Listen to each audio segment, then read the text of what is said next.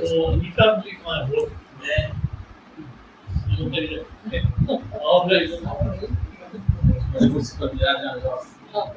हाँ ठीक है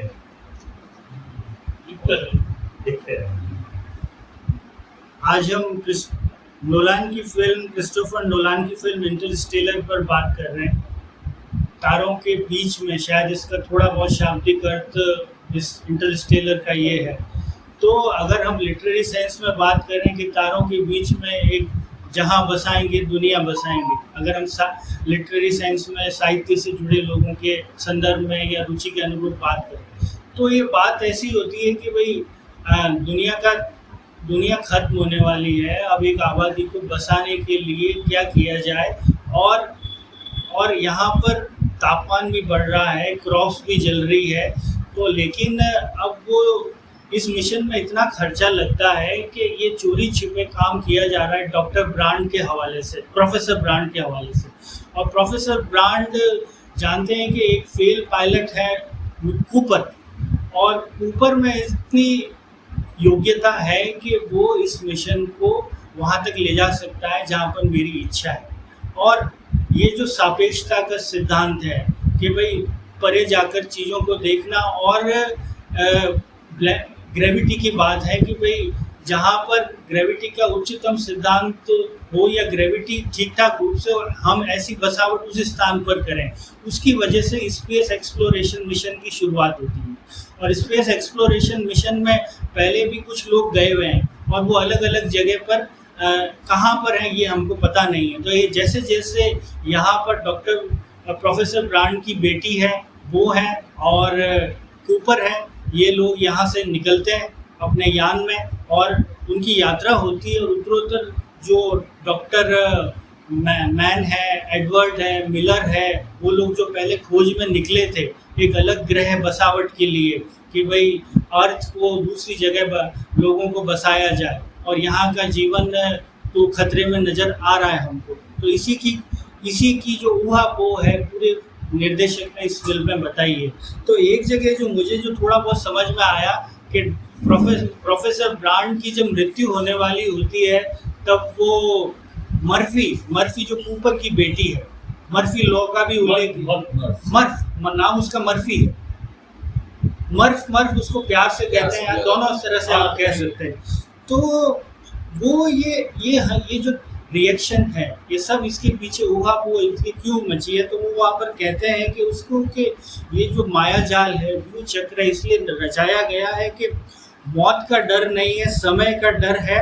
पुराना भौतिक वैज्ञानिक हूँ मैं, तो जो समय का डर है और जो टाइम रिलेटिविटी है, उसी के एडजस्टमेंट के लिए ये सारा क्रियाक्रम चल रहा है, और उसी के लिए उठा पटक चल रही है, जो मोटे तौर पर जो मुझे समझ में आया।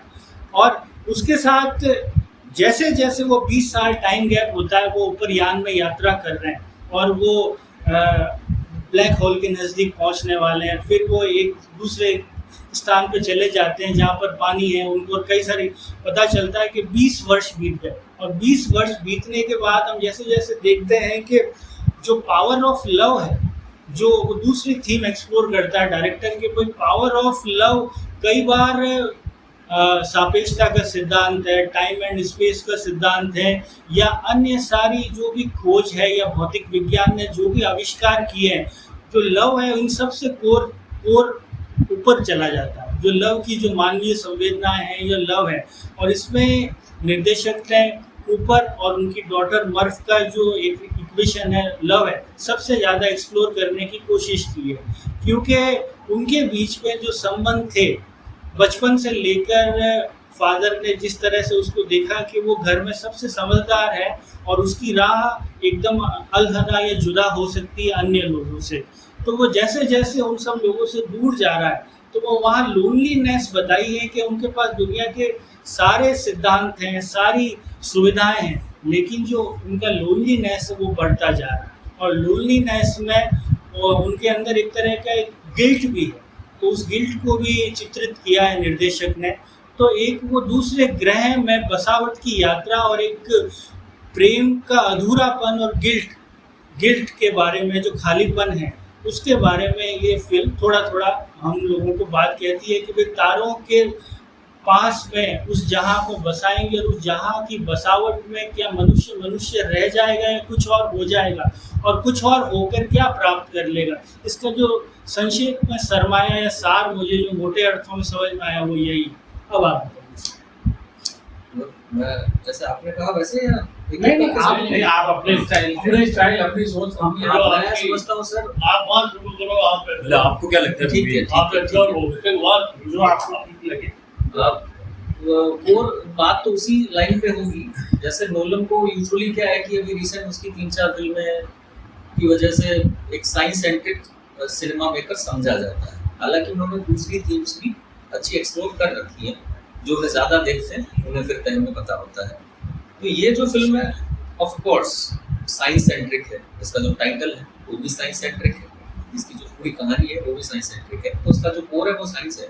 लेकिन जैसे कि हमें पता है कि पृथ्वी का जो कोर है उसका कोर है, लेकिन पृथ्वी का जो टोटल उसका जो वॉल्यूम है उसके मुकाबले बहुत कम है। तो आप उसे ऐसे समझिए कि साइंस इसका कोर है, it is at the core but it is a very small part. If I had to divide the movie, मैं इसको 4 भागों में विभक्त करूंगा। पहला 25% मैं साइंस को दूंगा, दूसरा 25% ह्यूमैनिटी विल ऑफ सर्वाइवल। वो जब कविता पढ़ता है ना doctor brand, do not go gentle into that night, into that night, rage against dying of the light। बता रहे हैं, जैसे दिनकर भी लिखते हैं, मेहंदी जब सहती है प्रहार बनती ललनाओं का श्रृंगार, पीसा जाता जब इक्षुदंड बहती उसमें धारा प्रचंड, जब फूल पिरोए जाते हैं हम उनको गले लगाते हैं। तो वो जो है ना कि ह्यूमैनिटी जो है वो सर्वाइव करेगी। एक लाइन है जहाँ पे ऊपर कहता है कि mankind was supposed to be born on this planet but we are not supposed to die here. तो ये भी दिखाता है कि हमें सर्वाइव करना है, we have to brave against the odds. तीसरी थीम मैं रखता हूँ प्रेम को, जिसमें प्रेम एक बड़ा भाग है, उसमें मोस्टली प्रेम है पिता और पुत्री का प्रेम। मेरे 5 साल की बेटी है, तो मैं तो कई सीन्स पे इमोशनल भी हुआ, किन पे हुआ उसमें भी इमोशनल वाले पार्ट में मैं उस पर बात करूँगा। और चौथा है इंटेलिजेंट ह्यूमर। इस फिल्म में कई जगह पे बहुत अच्छे सार्कास्टिक एक्सचेंजेस हैं। वो जो 2 रोबोट है ना, टार्स और एक और जो है उसका क्या नाम है जो भी है, उन रोबोट्स को ऐसे प्रोग्राम किया गया है कि उनका ऑनेस्टी पैरामीटर, उनका ह्यूमर पैरामीटर, सार्केज्म पैरामीटर, ये सब ट्यून किया जा सकता है। ये बड़ी सुंदर एक मजाक है नोलन का, जो दिखाता है कि इंसान और रोबोट कभी एक जैसे नहीं हो पाएंगे। और उस फिल्म में हर जगह रोबोट ने दिखाया कि मैं इंसान से बेहतर हूँ। एक लाइन है जिसमें वो कहता है कि रैशनल रिस्पॉन्स जो होता है ना 100, वो कहता है आपकी ऑनेस्टी सेटिंग क्या है टार्स, तो कहता है कि मेरी ऑनेस्टी सेटिंग है साहब 95% या 90%। तो कहता है इतना कम क्यों? तो वो कहता है कि 100% ऑनेस्ट होना इमोशनल बीइंग्स के साथ बात करने का सबसे अच्छा तरीका मैं नहीं मानता। तो वो व्यंग्य कर रहा है कि तुम कैसे हो मूर्ख। और बाद में प्रूव भी होता है, जहाँ पे तीनों लोग, डॉक्टर मैन क्या करता है, वो तो ह्यूमैनिटी के खिलाफ सबसे बड़ा अपराध करता है कि मैं तो खुद मर जाऊंगा, बाकी सब मरे बचे, मेरे को क्या करना। और इवन वो जो लड़की है डॉक्टर ब्रांड, वो भी कहती है कि भाई उस प्लेनेट पे चलो क्योंकि मेरा प्यार कहता है कि वहां चलो। वो कहती है ना कि लव ट्रांसेंड्स, तो वो भी एक तरह से अपना मिशन कॉम्प्रोमाइज कर रही है। ऊपर कह रहा है मैं तो अपना शिप लेके वापस जाऊंगा अर्थ पे, वो भी अपना मिशन कॉम्प्रोमाइज कर रहा है। एकमात्र कौन नहीं कर रहा है और जो जान दे रहा है वो है टार्स रोबोट, कूद जाता है अंदर बिना पूछे। तो ये दिखाता है कि रोबोट ही चीज। और चौथा जो पार्ट 25% मैं मानता हूँ ये इंटेलिजेंट ह्यूमर ही हो गया। तो मोटी मोटी कहानी ये है कि पृथ्वी के ऊपर एक बार्न है जहाँ पे मक्के उगाता हुआ एक किसान है। शुरुआत में एक बूढ़ी औरत कह रही है my father was a farmer. It is the very first line of the movie, my father was a farmer. और फार्मिंग के बहुत रेफरेंस आते हैं इस फिल्म में। जब उसके बेटे का रिजल्ट उसको प्रोफेसर बताता है तो वो कहता है अच्छा किसान बनेगा। ये कहने का मतलब क्या है कि ये पढ़ाई में ये फेल हो रहा है, तो ये वापस फार्मिंग का रेफरेंस है। खैर, my father was a farmer. पृथ्वी पे क्या हो रहा है, एक अजीब तरह की ब्लाइट आ गई है जो पत्तियों को, पौधों को नष्ट करके जो हमारा कृषि उत्पादन है उसको नीचे ले जा रही है। और एक अजीब तरह की डस्ट है जो चारों तरफ गिरती रहती है। डस्ट से याद आया कि वो जो ऊपर जब उस सिलेंड्रिकल प्लेनेट में लास्ट में पहुंचता है ना जिंदा होकर, वो टेबल पे ऐसे कर रहा होता है क्योंकि बचपन से उसकी आदत है डस्ट हटाने की। खैर, तो डस्ट पड़ रही है, सब कुछ खत्म होने वाला है। वो इधर उधर अपनी बेटी को ले जा रहा है, उसकी लाइफ की प्रॉब्लम्स है, बच्चे क्या कर रहे हैं, यूजुअल वो चल रहा है। उसकी बेटी कहती है कि मेरी जो अलमारी है उसके अंदर एक भूत रहता है। तो कहता है साइंटिफिक सोचो, there is nothing called ghost. तो यहाँ पे भी एक छोटा सा चुटकुला है। तो कहती है कि दादाजी कहते हैं कि घोस्ट होते हैं। तो ऊपर कहता है वो दादाजी इसलिए कहते हैं वो खुद घोस्ट बनने के बहुत करीब है। तो this is the humour I am talking about. छोटे छोटे उसमें है, सेंटेंसेस में है। देखो बाद में कहता है देखो देखो साइंटिफिक होना है ना तो तुझे ऑब्जर्व करना पड़ेगा, एनालाइज करना पड़ेगा, रिकॉर्ड करना पड़ेगा, फिर मैं मानूंगा कि अलमारी में भूत है। तो उसकी लड़की जाके क्या करती है, वो जो कौन सी किताब में गिर रही है, कितने अंतराल में गिर रही है, वो सब रिकॉर्ड और एनालाइज करना शुरू कर देती है। ये ही कि भाई उसने अपनी बेटी में साइंटिफिक स्किल इंस्टिल की, जो कि हमारे फंडामेंटल ड्यूटीज 51A आर्टिकल में भी है कि we should try to nurture a scientific spirit of inquiry in children. ये उसने की और इसी की वजह से देखा जाए तो ह्यूमैनिटी बची। खैर, तो उसकी बेटी को वो जब एनोमलीज, मतलब ग्रेविटी में एनोमली हो गई है। ग्रेविटी नॉर्मली सब जगह एक जैसी रहती है, ग्रेविटी क्या करती है, चीजों को अपनी तरफ खींचती है। तो अगर एनोमली हुई है तो कहीं ज्यादा खींचेगी, कहीं कम खींचेगी। तो डस्ट को वो ग्रेविटी ऐसे ऐसे अलग अलग जगह पे एनोमलीज की वजह से खींच रही है, जिसको अगर आप बाइनरी कोड है वो 1010 उसको डिकोड करते हैं, एक जगह के कोऑर्डिनेट मिलते हैं। तो कहते हैं यार ये क्या है, इसका मतलब तो it's more bigger than what it looks. तो वो कोऑर्डिनेट पता करके उस जगह पे जाते हैं। वहां पता, पहले तो डरते हैं, लगता है कोई सीक्रेट ऑर्गेनाइजेशन, बाद में चलता है वो नासा है। क्यों? अब नासा को फंड नहीं मिल रहा है क्योंकि चारों तरफ क्या हो गया है, भुखमरी छा गई है। आर्मी का तो कल्चर ही खत्म हो चुका है। Armies have been disband. We are not explorers now, we are a care taking generation. इस फिल्म में एक लाइन आती है, we are now a generation of care takers, कि हमें सर्वाइव करना है। तो नासा वाले कह रहे हैं कि अब सब हम तो छुप के हमको काम करना पड़ता है, गवर्नमेंट फंडिंग नहीं देती, तो आप काम क्या कर रहे हो कि भाई ऐसा होने वाला है, पृथ्वी खत्म होने वाली है, हमने 2 मिशन बनाए। पहला मिशन तो ये कहता है कि मैं एक इक्वेशन है ग्रेविटी की, वो सॉल्व कर रहा हूँ। अगर जिस दिन मुझसे ग्रेविटी की इक्वेशन सॉल्व हो गई, मैं इतना बड़ा यान बना लूंगा कि पृथ्वी के सारे लोग उसमें बैठ के एक दूसरे प्लेनेट पे जा सकते हैं। ठीक है। और प्लान भी है ये कि भाई अगर सारे लोग नहीं जा पाए तो हम 500, 1000, 5000 भ्रूण एम्ब्रियोज को एक जगह इकट्ठा रखेंगे डीप फ्रीज में, और कोई ऐसा प्लेनेट ले जाएंगे, उसके ऊपर पॉपुलेट कर देंगे। अब इन दोनों ही प्लान ए और प्लान बी में क्वेश्चन बचता है कि वो प्लेनेट कौन सा होगा। प्लान दोनों तो तुमने बना लिए, लेकिन दोनों प्लेनेट का अंत कहाँ पर है प्लान्स का? एक ऐसा प्लेनेट भी तो चाहिए जो इनहैबिटेबल हो, जहाँ पे रह सके। तो कहता है उसकी चिंता मत करो, उसकी खोज में तो हम 50 साल से लगे हुए हैं, हमने 12 यान भेज दिए हैं। कुछ से सिग्नल आए, कुछ से नहीं आए, ऐसा ऐसा सीन है। अब तुमको हमने टॉप 3 या 4 जो प्लेनेट है ना, कि भाई इन चारों से ठीक सिग्नल आए, इन पे जीवन संभव है, इनका फाइनल गो के लिए एक मिशन पायलट चाहिए जो वहां जाके फाइनल सिग्नल दे सके, हिसाब सब ठीक है। और तुम जब तक वापस सिग्नल दो के वापस आओगे ना, तब तक मैं ये इक्वेशन सॉल्व कर लूंगा। तुम लोग प्लेनेट ढूंढो, मैं ऐसा यान बनाऊंगा जो सारी पृथ्वीवासी। मैं थोड़ा डिस्क्रिप्टिव ज्यादा तो नहीं हो रहा हूँ सर? नहीं बहुत अच्छा लगा। हाँ ठीक। बीच में जो एक्सप्लेनेशन है उससे रिलेटेड कोई क्वेरी हो तो आप उसी टाइम बोलेंगे, आप और पूरा अच्छा करेंगे उसके बाद। ठीक है सर। नहीं उस टाइम भी चलेगा, बीच में चलेगा। तो अब ऊपर ने बोला कि ठीक है, अब उस ऊपर अपनी बेटी से बहुत प्यार करता है, और ये चीजें स्टेप बाय स्टेप बाद में एस्टेब्लिश होती हैं, छोटी छोटी चीजें। एक सीन है जिसमें ऊपर जब ये कोऑर्डिनेट निकालता है और उस जगह को ढूंढने जाता है, तो अपनी बेटी से कहता है मैं 2 घंटे में आऊंगा, तो ब्लैंकेट के नीचे छुप जाती है। फिर उसको कहता है तो क्या पागल है, फिर भी साथ में लेके जाता है। खैर वो लेके जाता है। अब कोऑर्डिनेट मिल चुके हैं और मिशन सब तैयार हो चुका है। बेटी कहती है पापा मत जाओ। कि क्यों मत जाऊं? कि मेरा जो घोस्ट है ना, जो मुझे ये कोऑर्डिनेट दिया था, वही घोस्ट ने आप मोर्स कोड में मेरे को बुलाया स्टे, रुकने के लिए। तो हंसता है यार घोस्ट कुछ नहीं होता, अब जाना तो मेरे को पड़ेगा। अब ये सीन इतना इमोशनल है कि जब ऊपर, मतलब उसकी मैथ्यू मैककॉनॉही की वो जो एक्टिंग, वो जो फेस है ना, जब वो हंसते हुए रोता है इस तरह की, वो एक बाद में भी आता है, जो वीडियोस देख के हंसते हुए रोता है। ये वैसा ही है, वो दुखी है, अपनी बेटी को छोड़ के जा रहा है, और वो उस ब्लैंकेट को हटा के देखता है कि काश आज भी ये यहाँ पे मुझे छुट्टी नहीं मिले। जबकि वो साइंटिफिक रैशनल आदमी है, उसको पता है वो नहीं है। तो ये दिखाता है कि साइंस को कैसे हमेशा आर्ट्स, ह्यूमैनिटीज और लव हाईलाइट करते रहेंगे। क्या तो अब वो जा रहा है, मिशन बना लिया उन्होंने, 4 लोग बैठ गए मिशन के अंदर। एक तो डॉक्टर ब्रांड, उस प्रोफेसर ब्रांड की बेटी, एक वो अफ्रीकन अमेरिकन तो बाद में क्रायोसिस में लगाते हैं, साथ एक तो दाढ़ी वाला, एक 3 जने होते वहां से निकले। अब उनका मिशन क्या है कि जाके सैटर्न के पास में, उनको पता चलता है कि सैटर्न के पास में जो प्लेनेट है एक वर्म होल खुला हुआ है। तो ये वर्म होल क्या होता है? तो वर्म होल एक ऐसी जगह है जो एक जगह से दूसरी जगह पहुंचने का शॉर्टकट है।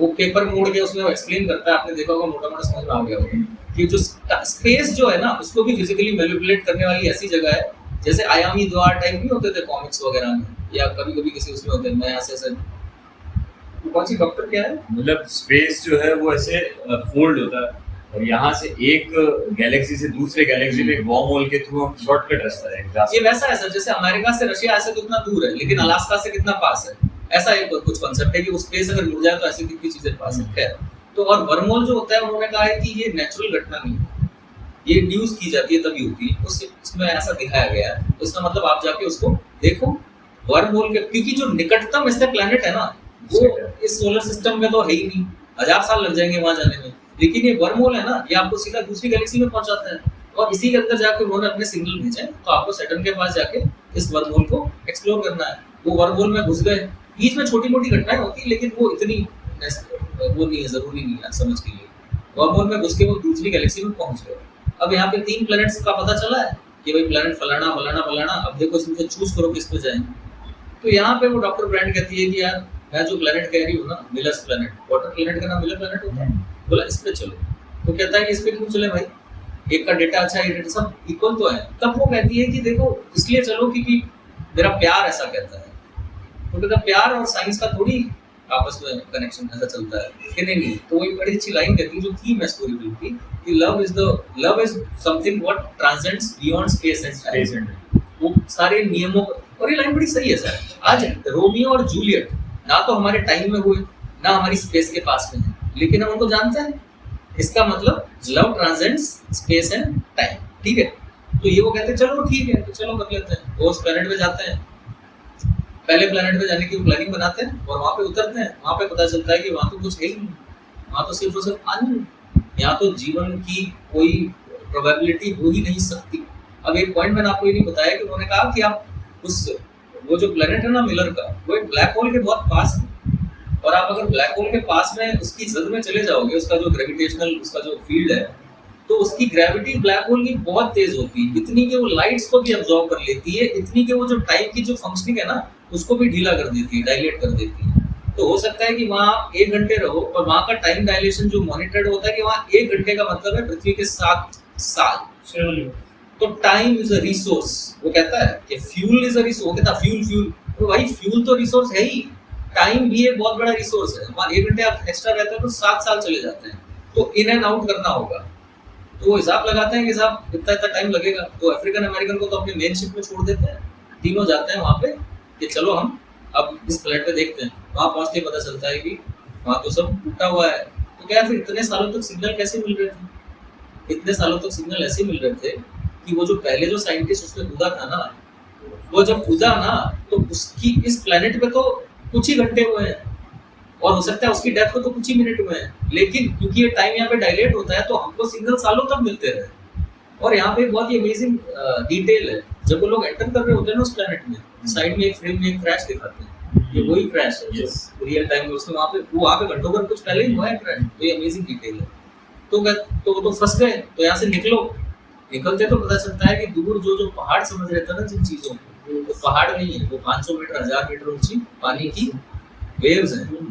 कुछ मिस्टेक्स होती है उनसे, कुछ वो हाथ पैर फूट जाते हैं जिसकी वजह से वो कुछ घंटे उस प्लेनेट पे एक्स्ट्रा रुक जाते हैं। 4 घंटे भी रुके तो 28 साल, वो कुछ 3 घंटे रुकते हैं, वो वापस पहुंचते तो अफ्रीकन अमेरिकन तो भाई दाढ़ी वाड़ी बढ़ गई, उसकी तो सफेद हो गई। तो क्या आई वेटेड फॉर इयर्स, तो कहते हाउ मेनी इयर्स, तो कहता 23 साल से तो वेट कर रहा हूँ। यहाँ पे बहुत सुंदर डायलॉग है, वो कहता है कि why didn't you go to sleep. इसमें मैं कॉन्सेप्ट दिखाया जो साईफाई है थोड़ा सा, क्योंकि क्रायो स्लीप अभी तक तो वो कुछ उन्होंने बनाया है, ठीक है, कहानी की निरंतरता के लिए कि भाई बहुत साल तक एक बैग है जिसमें पानी डाल के आप सो सकते हो, टाइम लगा के आप उठोगे यू विल फ्रेश। तो उससे पूछती है कि जब 23 साल वेट करना पड़ा तो why didn't you put yourself to sleep, आप सो क्यों नहीं गए? तो वो कहता है कि मुझे कुछ ठीक नहीं लगा नींद में अपना जीवन गंवाने के बाद। तो लाइन बहुत गजब की है, क्योंकि कहा जाता है ना कि नींद आधी मृत्यु, तो ये वैसा ही है कि नींद में मुझे कुछ ठीक नहीं लगा। तो खैर अब वो कहते हैं एक प्लेनेट तो हो गया, अब क्या करेंगे, अब दूसरे प्लेनेट पे जाएंगे। दूसरा प्लेनेट किसका है साहब? डॉक्टर मैन है, बहुत अमेजिंग साइंटिस्ट है, अपने धुरंधर अपने समय के, वो वहाँ से तगड़े सिग्नल भेज रहे हैं, उनको लग रहा है कि यहाँ पे जीवन की कोई संभावना है, आप तो आ जाओ। तो डॉक्टर मैन के प्लेनेट पे जाते हैं, लैंड करते हैं, डॉक्टर मैन को स्लीपिंग उससे जगाते हैं। डॉक्टर मैन उठते ही ऊपर को गले लगा के रोता है, जबकि वो ऊपर को जानता भी नहीं है, बिकॉज इतने सालों बाद उसने कोई इंसानी चेहरा देखा है। वो रोने लग जाता है उसको पकड़ के। ये दिखाता है कि ह्यूमन इंस्टिंक्ट ऑफ सर्वाइवल कितनी तगड़ी चीज है। खैर, तो वहाँ पे वो कहता है कि मैंने यहाँ के सारे डेटा ले लिए साहब, अमेजिंग डेटा है, नाइट्रोजन वाइट्रोजन सब ठीक है, प्लांट्स उग सकते हैं, एक सरफेस है, वहाँ जाके अपन कल सुबह एक्सप्लोरेशन करेंगे और सब सही कर लेंगे।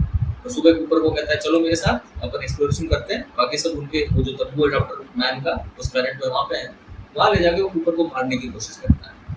क्यों करता है?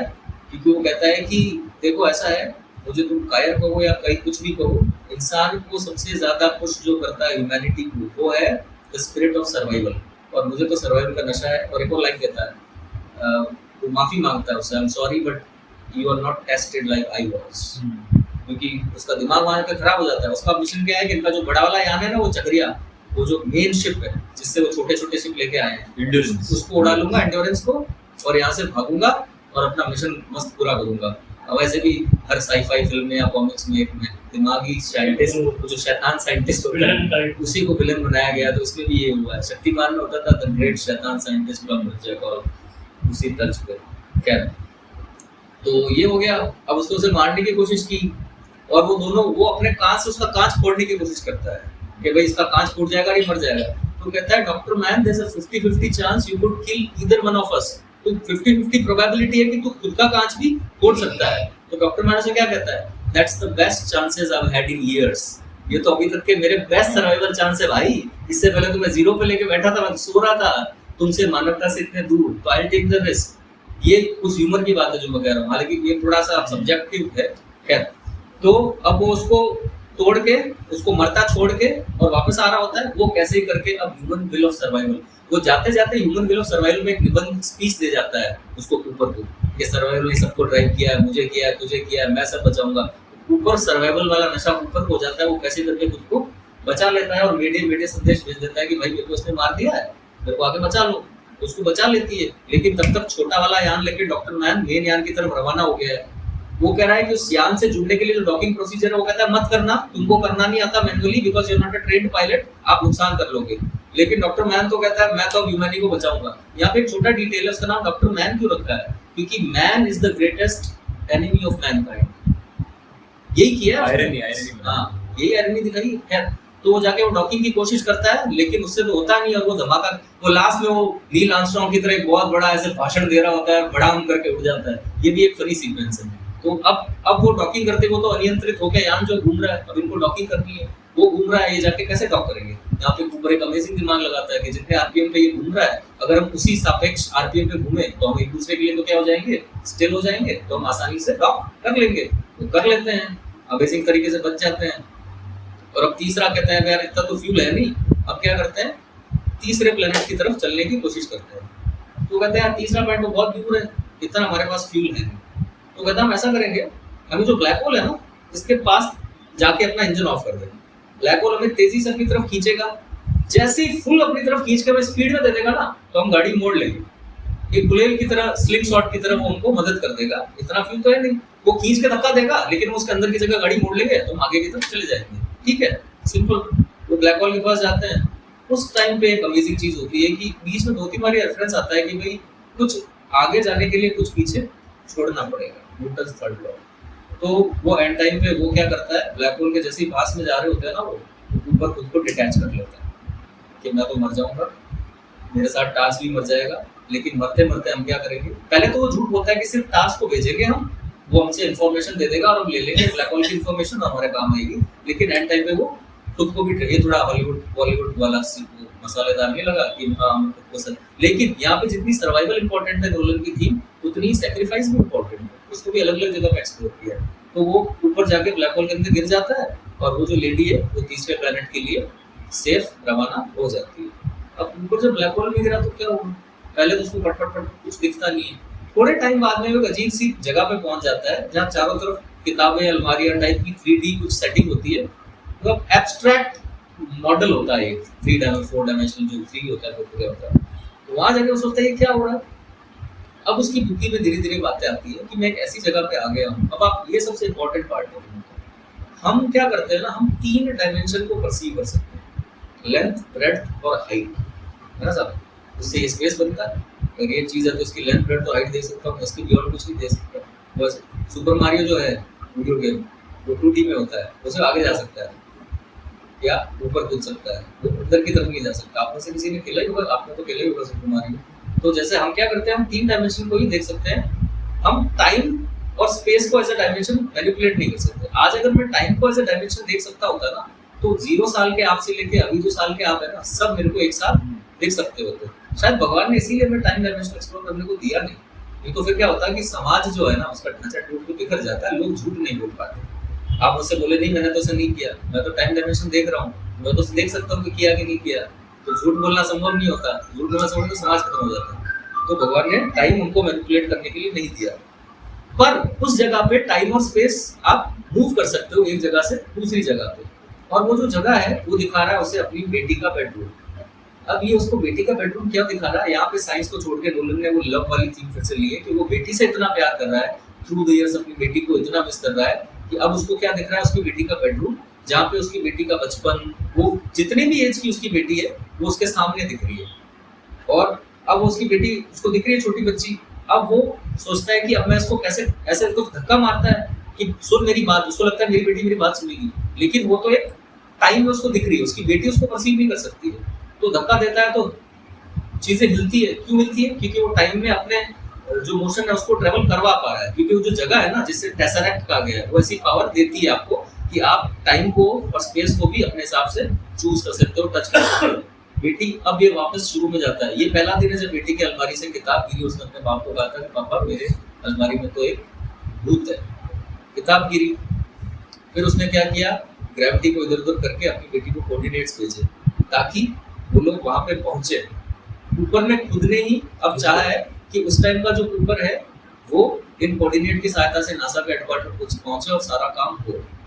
फिर थोड़ी देर बाद टार्स उसको कहता है कि यार इससे होगा क्या, उनका प्लान ये तो तभी कामयाब होगा ना जब एक बहुत बड़ा यान बन पाए, और यान तो तभी बनेगा जब ग्रेविटी की इक्वेशन सॉल्व होगी। मीनवाइल जो बूढ़ा होता है डॉक्टर ब्रैंड, वो कहता है मरने से पहले ऊपर की बेटी को कि देखो ऐसी इक्वेशन कभी सॉल्व होनी ही नहीं थी, प्लान ए शुरू से एक झूठ था, लेकिन उसे बनाया इसलिए गया क्योंकि ग्रेटर ह्यूमैनिटी के लिए, स्पीसीज के सर्वाइवल के लिए क्या हम आज के स्वार्थी व्यक्ति साथ आकर काम करते? हम कभी नहीं करते। यूटिलिटेरियनिज्म क्या कहता है साहब? 2 तरह के एथिक्स होते हैं, डियोंटोलॉजिकल कांत वाले, एक होते हैं मिल और बेंथम वाले यूटिलिटेरियनिज्म। यूटिलिटेरियनिज्म कहता है कि ग्रेटर गुड के लिए छोटा ही किया जा सकता है। एक वो आता है ना कि एक ट्रेन है जिसमें एक तरफ एक आदमी है, एक तरफ 2 आदमी है, तो आप लीवर खींचोगे नहीं खींचोगे, इस तरह की मजेदार पहेली होती है, सबने देखी होगी। तो यहाँ पे पॉइंट क्या था जी सर? यूटिलिटेरियनिज्म, जो यूटिलिटी पे बेस्ड, जिसके 2 प्रणेता थे, जेरेमी मिल और बेंथम, ये 2 थे। ये इन्होंने भी फिर हायर प्लेजर और लोअर प्लेजर, अब वो अलग, खैर ये तो एक फिर विषयांतर हो जाएगा। तो छोटे के लिए मतलब कुछ के लिए बड़े का सैक्रिफाइस जस्टिफाइड है कि नहीं, इस मॉरल डायलेमा को भी इस फिल्म में बहुत अच्छे से एक्सप्लोर किया गया है। और इस मॉरल डायलेमा को भी किया है कि भाई स्पेस पे खर्चा करें, यहाँ तो खाने के वांदे हैं और तुम कहते हो रॉकेट बनाओ। ये बातें अक्सर हमारे यहाँ भी होती है। इस मामले में कूपर एक बड़ी अमेजिंग बात कहता है इसके प्रत्युत्तर में कि भाई जो MRI मशीन जो बनी है जिससे तुम ट्यूमर में पता लगाते हो, ह्यूमैनिटी का जीवन प्रोलॉन्ग करते हो, वो भी तो स्पेस रिसर्च वालों ने बनाई है। ये वैसा ही हम बोले इसरो में हम रॉकेट क्यों भेज रहे, इंडिया में इतने लोग रुके। अरे आपको क्लाइमेट की चेतावनी से लेकर कम्युनिकेशन एजुकेशन से लेकर लॉजिस्टिक्स से लेकर सारी चीजें तो आजकल वही कर रहे हैं। तो ये इज इट जस्टिफाइड वाला डिबेट जो है, ये भी एक फाइन लाइंस में उसमें दिखाया गया है। तो कुल मिला के जो प्लान ए था वो तो शुरू से झूठ था। तो अब तो सब क्लूलेस हो गए वहां पे कि अब तो यही सड़ के मर जाएंगे, क्योंकि जिन्हें भेजा उन्होंने तो आज तक कोई रिप्लाई किया नहीं, क्योंकि इनके प्लैनेट पे तो 30-40 साल बीत गए, ऊपर की बेटी भी बधेड़ हो चुकी है, अब सब मरने वाले हैं। लेकिन अब ऊपर कहाँ पर है? वहां पे टेसरेक्ट में वो जाता है और उसकी बेटी प्यार के वशीभूत होकर एक बार सोचती है कि मैं, मेरा भूत जो है ना वही मुझे उत्तर देगा कि मानवता को इस विनाश से कैसे बचाना है। उसके मन में ये वो विचार होता है, मतलब विश्वास होता है। वो टार्स जो रोबोट होता है वो ऊपर से पूछता है कि तेरी बेटी वो घड़ी जाके क्यों देखेगी अभी? तो कहता है क्योंकि मैंने उसे ये घड़ी दी। और यही लाइन वापस रिपीट होती है जब उसकी बेटी लास्ट में बूढ़ी उससे मिलती है, तो कहती है I knew you would come. तो कहता है हाउ डिड यू नो? तो कहते हैं बिकॉज़ माय डैडी प्रॉमिस्ड। यहाँ पे तो मतलब it is the emotional peak of this movie. खैर, तो वो अपनी बेटी, उस टाइम पे उसकी बेटी अभी के समय में कहाँ खड़ी है?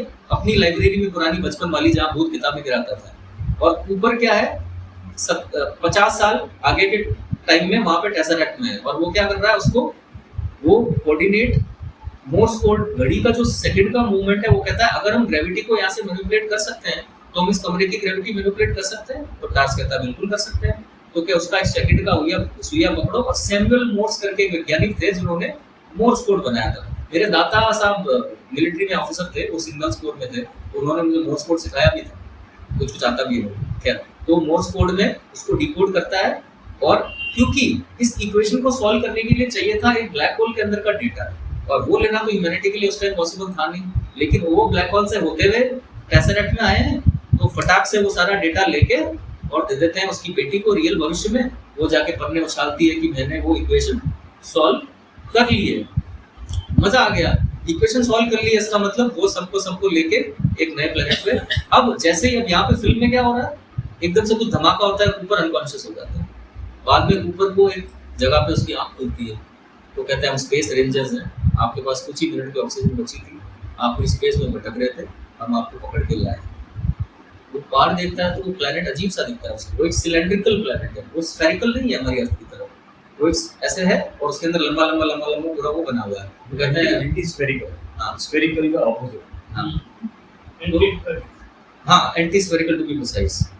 तो वो कहते हैं कि ये कूपर स्टेशन नाम है इस प्लेनेट का, तो कुछ होता है कि वाह आपने इस प्लेनेट का नाम मेरे नाम पर रखा। तो कहता है आपके नाम पर नहीं सर, आपकी बेटी के नाम। ये भी एक अमेजिंग मोमेंट है, एक फादर जब उसको जो प्राइड फील होता है दैट इज माय डॉटर। तो वो अब उसको वहाँ उठाते हैं, वो कहते हैं कि भाई पृथ्वी पर तो इतना टाइम हो गया है, आपने जो डेटा भेजा वो हो गया, आप तो हीरो हो सर। साथ में तो वैज्ञानिक कहते हैं मैंने तो हाई स्कूल में आपका पेपर लिखा था सर, वो अपने आइडल को देखने ऊपर आइडल बन चुका है, क्योंकि उसने मानवता को बचाने का सबसे बड़ा प्रयास उसी ने किया, दूसरा उसकी बेटी ने। कि आपकी बेटी ने वो इक्वेशन बनाई, हम वहाँ से भागे, हम एक प्लेनेट ये करके हम यहाँ पे इनहैबिटेड हो गए, और आपकी बेटी तो अब 90 साल की हो गई है, तो आप उससे मिलना चाहेंगे। और इसमें भी एक फनी लाइन आती है कि वैसे तो उनको अब इतनी बूढ़ी है कि ट्रांसपोर्ट करना पॉसिबल नहीं है, लेकिन आप तो जानते ही है ना वो आपकी बेटी है, कि अभी भी बूढ़ी है लेकिन जिद्दी है, क्योंकि वो भले ही उससे कम एज में है लेकिन उसे देख तो अपने बच्चे की तरह, वो अपने मिलने जाता है, एक बड़ा सा परिवार उसका स्वागत करता है, वो कहती है मुझे पता था आप आओगे। फिर वो से एक लाइन कहती है कि no parent should have to watch their child die in front of their eyes. ये बहुत ही अमेजिंग लाइन है। ये वो ऐसे मैं 50 और उदाहरण दे सकता हूँ कि ये फिल्म साइंस के बारे में है ही नहीं, साइंस तो एक कलेवर है इसका, एक साइंस तो किशमिश और काजू है, जो गाजर का हलवा है ना वो इमोशन है, वो गार्निशिंग है उसकी, बड़े पर्पस को दिखाने का एक वो माध्यम है। तो जब परिचर्चा की शुरुआत इस बात से होती है कि साइंस सेंट्रिक है, तो मुझे बड़ा वैसा लगता है कि नहीं ऐसा नहीं है, you have to see beyond it. इस अब 2 चीजें और रह गई। तो अब वो कहती है कि देखो मेरे को मरते हुए क्या देखोगे, आप तो स्पिरिट ऑफ इंक्वायरी वाले आदमी हो, आप तो एक्सप्लोरर हो, तो आप एक्सप्लोर करो, आपका मिशन अभी खत्म नहीं हुआ है। क्योंकि वो जो लड़की थी ना डॉक्टर ब्रांड, जो तीसरे प्लेनेट के लिए आपने उसको धक्का देके भेज दिया था, उसको क्या हुआ, उसको कुछ मिला कि नहीं मिला ये आप पता करो। अब सरकार उसको जाने तो नहीं देगी, वो चुपके से एक यान चुराता है और निकल पड़ता है डॉक्टर ब्रांड की खोज के लिए। और अंत से पहले डायरेक्टर दिखा रहा है कि डॉक्टर ब्रांड जिस प्लेनेट पे पहुंची वहाँ पे वो अपना हेलमेट खोल सकती है। खोल सकती है का मतलब क्या है कि ये प्लेनेट ह्यूमैनिटी का थ्राइव करने के लिए अमेजिंग है, और ऊपर एक दिन वहाँ आएगा। बहुत अच्छा सीक्वल बन सकता था, लेकिन नोलन एक बहुत ही सनकी फिल्म मेकर है, उसकी जो मर्जी वही करेगा। अब एक पॉइंट हमारे दिमाग में आता है कि ये टेसरेक्ट कौन था और ये टेसरेक्ट किसने बनाया। तो ये इसकी जो सबसे प्लॉजिबल थ्योरी ये है कि हमने अगर मानवता को बचा लिया तो मानवता ने आगे आगे आगे आगे आगे भी बढ़ी। एक समय ऐसा भी आया कि हम टाइम एंड स्पेस को भी मैनिपुलेट करने लग गए। हम फ्यूचर के खुद हम ही हैं, जिन्होंने हमको ही संदेश भेजा हमको ही बचाने के लिए, ताकि हम बच पाएं और फ्यूचर के हम फिर से बन पाएं। ये जो सर्कल है जो खुद को एक्सप्लेन नहीं करता, इसे कहते हैं bootstrap paradox of time travel. क्या मैं अपने जूते के फीते बूटस्ट्रैप पकड़ के खुद को ऊपर खींच सकता हूँ? नहीं खींच सकता ना, ये तो मेरा जो एफर्ट है इसी में अनल हो गया। तो फ्यूचर के ह्यूमंस जो कि हम ही हैं, उन्होंने हमें संदेश भेजा ताकि हम खुद को बचा पाएं और फ्यूचर के ह्यूमन हो पाएं। ये इस फिल्म का पूरा चक्कर है। बाकी इसमें हम सर्वाइवल की थीम पे या लव की थीम पे, साइंस ह्यूमर की थीम पे या कुछ फन फैक्ट्स की थीम पे अलग अलग चर्चाएं अपने हिसाब से कर सकते हैं। इसमें दे वर्ड भी यूज करते हैं। दे वही दे मतलब वो फ्यूचर वाले हैं वो जो दे टार्स जो होता है ना, टार्स, और जब ऊपर जब टेसरैक्ट में फंसे होते हैं ना, तो कहता है कि do you think the beings, the gigantic beings, तो कहता है टार्स मूर्ख, तेरे को समझ में नहीं आया, वो कोई जाइगेंटिक बीइंग्स नहीं है, वो भविष्य के हम ही हैं। और टार्स के चुटकुले तो अमेजिंग होते हैं। वो उसको कहता है कि टार्स तेरा ह्यूमर सेटिंग क्या है, तो कहता है कि 100%, चल इसको 75 कर देता है, तो कहता है मैं फूटने वाला हूँ 10, 9, 8, तो क्या ज्यादा मजाक कर रहा है, तो 65 पे करते हैं। तो इस तरह के अमेजिंग जोक्स है उसके अंदर। और उसके बाद या मैं मूवी जैसे ये it's not just about this movie.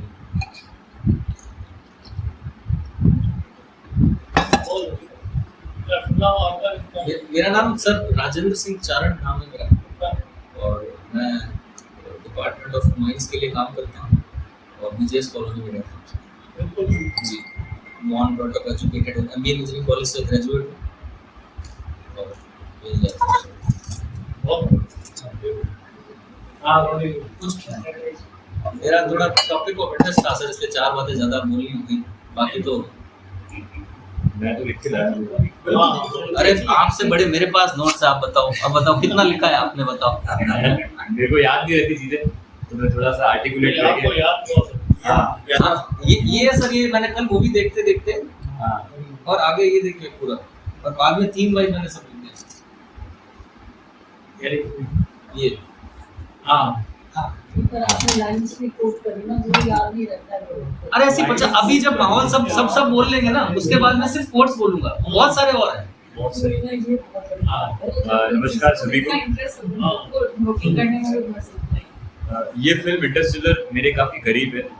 सबसे पहले इस वर्ड का मतलब समझते हैं। मतलब 2 स्टार्स के बीच जो स्पेस है या जर्नी कह सकते हैं, और ये फिल्म सिर्फ एक स्पेस जर्नी नहीं है, ये इमोशनल और फिलोसफिकल जर्नी भी है। अब एक बार के लिए इसकी समरी जानते हैं। इंटरस्टेलर एक नियर फ्यूचर दुनिया में सेट है जहां अर्थ स्लोली अनहैबिटेबल हो रही है बिकॉज ऑफ क्लाइमेट कोलैप्स।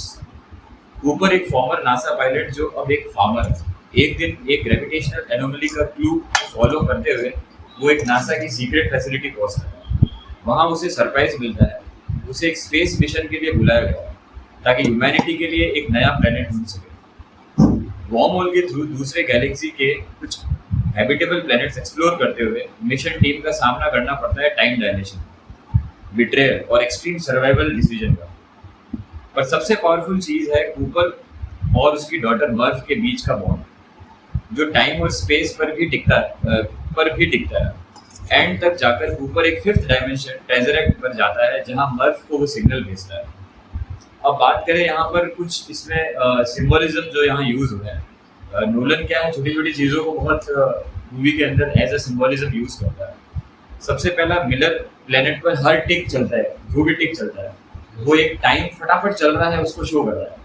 वो टिक बार बार म्यूजिक के थ्रू बताता है। और मर्फ की बुक शेल्फ भी देखे तो वो भी एक गेटवे होता है ना, वो 1 घंटा या 1 दिन दिखा रहा है। हाँ, तो मतलब उससे ये बता रहा है टाइम इज स्लिपिंग, मतलब टाइम इज अ रिसोर्स, जैसा कि उस टाइम कहा टाइम रिसोर्स जैसा बता रहा है। और जैसा कि वो फिजिसिस्ट वो कहता है पूरा मरते वक्त, I am not afraid of death, I am a old physicist, I am afraid of time. और मर्फ का बुक शेल्फ जो एक सिंपल शेल्फ नहीं है, वो एक गेटवे है टाइम एंड डायमेंशन। और एक और एलिमेंट यहाँ पर जो एक पोम यूज होती है, do not go gentle into that good night. अब ये पोम बार बार सुनाई देती है क्योंकि ये फाइट फॉर सर्वाइवल का एक पोएटिक सिंबलिज्म है, जो सर्वाइवल के लिए लड़ना है। डॉक्टर मैन का कैरेक्टर दिखाता है फियर और सेल्फिशनेस। वो यहाँ पर डॉक्टर मैन जो वहाँ पर बताता है वो फियर और सेल्फिशनेस को डिनोट कर रहा है। कैसे सर्वाइवल इंस्टिंक्ट कभी कभी ह्यूमैनिटी से ज़्यादा ओवरपावरिंग होती है। अब बात करें इमोशन की, ऊपर जब 23 इयर्स के वीडियो मैसेजेस देखता है, उसका चेहरा और उसका रिएक्शन सिनेमा का, मतलब आप उसकी एक्टिंग देखोगे तो आपको लगेगा इससे बेहतर एक्टिंग हमने शायद कहीं नहीं देखी। वो हंसते हुए जब बोलता है, हाँ हंसते हुए जब बोलता है। यहाँ पे यार एक छोटा सा एक और जिक्र है। जब वो 23 साल की वीडियो देखता है ना, जब उसकी बेटी पहली बार उसे वीडियो भेजती है, उसकी बेटी बचपन से उसे कभी वीडियो नहीं भेजती, वो नाराज है कि मुझसे बिना पूछे चले गए। उस टाइम पे वो एक वीडियो भेजती है, उसमें कहती है डैड आपने मजाक में कहा था ना हंसते हुए कि वहाँ टाइम इतना डिले होगा कि हो सकता है कि आप जिस दिन आओ आप मेरी एज पे हो। कहती डैडी आज मैं उस एज की हो गई हूँ जितने आप जब गए थे, तो प्लीज आज तो आ जाओ। लाइक ये इमोशनल पिनैकल है। अब एक और चीज जो यहाँ पर ब्रांड कहती है कि love is the one thing that transcend time and space, ये भी इस फिल्म की बहुत बड़ी लाइन है। इसी वजह से पूरी स्टोरी एंडिंग तक एंड होता है मतलब सही फिल्म। बात। और इसमें मर्फ का गुस्सा और उसकी बिलीफ और उसका जो डेडिकेशन है वो दिखाता है कि ये जो उसकी पर्सनल बिलीफ है कि कोई गोस्ट है जो सब कुछ सही करेगा, ये भी फिल्म को आगे बढ़ने में फ्यूल देता है एक तरह से। वो उसका एक और रेफरेंस है जब वो ऊपर कहता है। एक बार एक पूरा खत्म करिए, फिर आपके वापस पूछ लेंगे। अब अगर हम साइंस की बात करें तो इसमें एक ब्लैक होल का डिपिक्शन है, गारगेंटुआ का डिपिक्शन है, जो एक्चुअल में साइंटिफिक ने बोला है, बिल्कुल सही डिपिक्शन इन्होंने फिल्म के अंदर बताया है। दूसरा टाइम डायलेशन भी बताया है, आइंस्टाइन की जो थ्योरी है टाइम डायलेशन भी काफी बताया है इसमें। और ट्रेजरेक्ट का सीन मतलब हमारे लिए बड़ा अद्भुत होगा क्योंकि उन्होंने टाइम को एक एज अ फिजिकल फॉर्म बताया है। जैसे हमारे यहाँ टाइम चल रहा है, हम देख रहे हैं, टाइम एक तरह से कह सकते हैं हम दिखाई नहीं देता है, हम सबको पता है, पर उसने एक फिजिकल फॉर्म बनाया जो अपने आप में बड़ा ही सरियल और ब्यूटीफुल था। और इसमें एक फिल्म एक और सवाल उठाता है, क्या साइंस सिर्फ डेटा है या इसमें इंसानी कनेक्शन भी मैटर करता है? मतलब साइंस क्या केवल डेटा है या कुछ इमोशंस भी होता है इसके अंदर? ये भी एक बहुत बड़ा सवाल खड़ा करती है ये। अब बात करें हम सिनेमाटोग्राफी की, क्योंकि नोलन की फिल्म है तो हम सिनेमाटोग्राफी के बारे में तो बात करना ही चाहिए। स्पेस को इतना रियलिस्टिक दिखाया है कि लगता है कि हम खुद मिशन पे गए हैं। और दूसरा हांस जिमर का जो म्यूजिक है, अभी जो एक मूवी आ रही है रामायण, उसमें भी ए.आर. रहमान और हांस जिमर ने मिलकर म्यूजिक दिया है, तो हांस जिमर का ही म्यूजिक है इसके अंदर। और साइलेंस भी यहाँ पर बहुत इम्पोर्टेंट रोल, जैसे स्पेस में हमें पता है वैक्यूम में साउंड ट्रैवल नहीं करता, तो यहाँ पर स्पेस में जो भी ब्लास्ट बताए हैं उनका कोई साउंड ही नहीं बताया है। जबकि हम सुपरफिशियल मूवीज देखते हैं मार्वल वगैरह, उसमें अगर ब्लास्ट होता है तो हमें सुनाई देता है ब्लास्ट, इसमें ऐसा कोई वो सुनाई नहीं। और ट्रेजरेक्ट का विजुअल जैसा मैंने बताया। अब फाइनली मोस्ट इम्पोर्टेंट पार्ट जो इस फिल्म की है वो है टाइम लूप पैराडॉक्स। तो इस पे मैंने कुछ लिखा है। कूपर सिर्फ स्पेस में नहीं जा रहा था, वो टाइम के एक ऐसे लूप में घुस गया जहां वो खुद अपने मिशन का रीजन बन गया। वो जब गारगेंटुआ ब्लैक होल में गिरता है तब वो एक ट्रेजरेक्ट में पहुंचता है, एक 5D स्पेस जहां वो मर्फ के कमरे का हर एक मोमेंट देख सकता है। उस वक्त उसे समझ आता है कि मर्फ का गोस्ट एक्चुअली वो खुद था, अपने ही पास्ट को सिग्नल भेज रहा था। सोचने वाली बात यह है कि कूपर को मिशन पर भेजने वाला कूपर ही था। पैराडॉक्स है और ये देखने में बड़ा ही सरियल और ब्यूटीफुल लगता है। और इस लूप का पर्पस ह्यूमैनिटी को बचाना। वो क्वांटम डेटा जो टार्स ने ब्लैक होल के अंदर कलेक्ट किया था, वो डेटा कूपर अपनी बेटी मर्फ को मोर्स कोड के थ्रू उसकी वॉच में भेजता है, जैसे कि इन्होंने बताया था वॉच के बारे में। मर्फ उस डेटा की हेल्प से ग्रेविटी की इक्वेशन सॉल्व करती है, जो ह्यूमैनिटी को अर्थ से निकालकर स्पेस स्टेशन यानी कि कूपर स्टेशन तक ले जाता है। एक लेवल पर देखो तो इंटरस्टेलर का टाइम ट्रेवल साइंस से ज्यादा एक इमोशन है। लव बिकम्स द फोर्स, एक ऐसी ताकत जो टाइम और स्पेस के पार जा सकती है। कूपर मर्फ के लिए जाता है फ्यूचर को सेव करने के लिए, अपनी बेटी के लिए जाता है फ्यूचर को save, but in doing so वो पास्ट को भी शेप करता है। तो कह सकते हैं इंटरस्टेलर सिर्फ एक time travel science fiction film नहीं है, बल्कि ये एक इमोशनल लूप है जहाँ एक बाप अपनी बेटी के फ्यूचर के लिए खुद को ही टाइम के बेस में डाल देता है। साइंस उसका रास्ता है और प्यार उसका गाइड है। Thank you. साइंस उसका रास्ता है और प्यार उसका गाइड है, गाइड। मतलब प्यार उसको गाइड कर रहा है, उसी वजह से वो जा पा रहा है, अदरवाइज वो मतलब इमोशन भी एक ऐसा है जिसके पार्टिकल अभी साइंस के अंदर पार्टिकल लाइट के हैं, हम देखते हैं जैसे, या फिर कह सकते हैं हम साउंड के पार्टिकल है, फोटोन्स जो लाइट के होते हैं साउंड। ये लव या इमोशन जो है वो क्वांटिफाइबल है।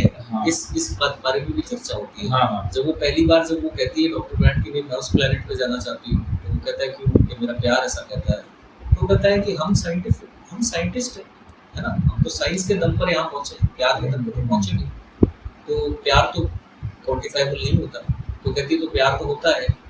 तो कहता है प्यार मेरे लिए एक सोशल यूटिलिटी है और बच्चों को बड़ा करने का, चाइल्ड रियरिंग को सपोर्ट करने का एक जरिया, इससे ज़्यादा प्यार मिले कुछ नहीं होता कहता है। तो वापस वो कहती है कि तो जो मरे हुए लोग होते हैं हम उनसे प्यार कैसे कर पाते हैं? ऐसा करके ये जो छोटी छोटी इस तरह की जो प्रेमचंद के उपन्यासों में जो ऐसी जो चर्चा होती है ना दो व्यक्तियों के बीच में बड़ी एब्स्ट्रैक्ट, जिसका मेन कहानी से इतना ज्यादा राब्ता नहीं होता, ऐसी चर्चाएं बहुत जगह जगह कर रहे हैं इसमें। और जो भूत वाली बात बताई ना, इन्होंने कहा कि कूपर ने अपने बेटी के भविष्य को बचाने के लिए खुद को झोंक दिया। एक लाइन इस फिल्म में 3 बार आती है, parents have to become host for their children's future. ये अलग अलग कॉन्टेक्स्ट में आती है पर इसकी थीम ब्यूटीफुली यूनिफाइड है। होस्ट, वो वाला घोस्ट, वो कहती है ना you are my ghost dad, और वो कहता भी, और इसका एक एब्स्ट्रैक्ट मीनिंग भी है कि parents have to sacrifice themselves and die sometimes. Doctor Mann जो होता है जब उस कूपर को मार रहा होता है ना, उस टाइम कहता है कि आपको पता है जब मरते हैं तो सबसे आपके यूजुअली आप किससे सराउंडेड होते हो? अपने बच्चों से। विच मीन्स कि ह्यूमैनिटी का सबसे बड़ा मिशन क्या है? बच्चे पैदा करना, ठीक है, ताकि मरते मरते आप अपने बच्चों को देखो और अंदर से वो आए कि यार अपने बच्चों के लिए तो जी लूं।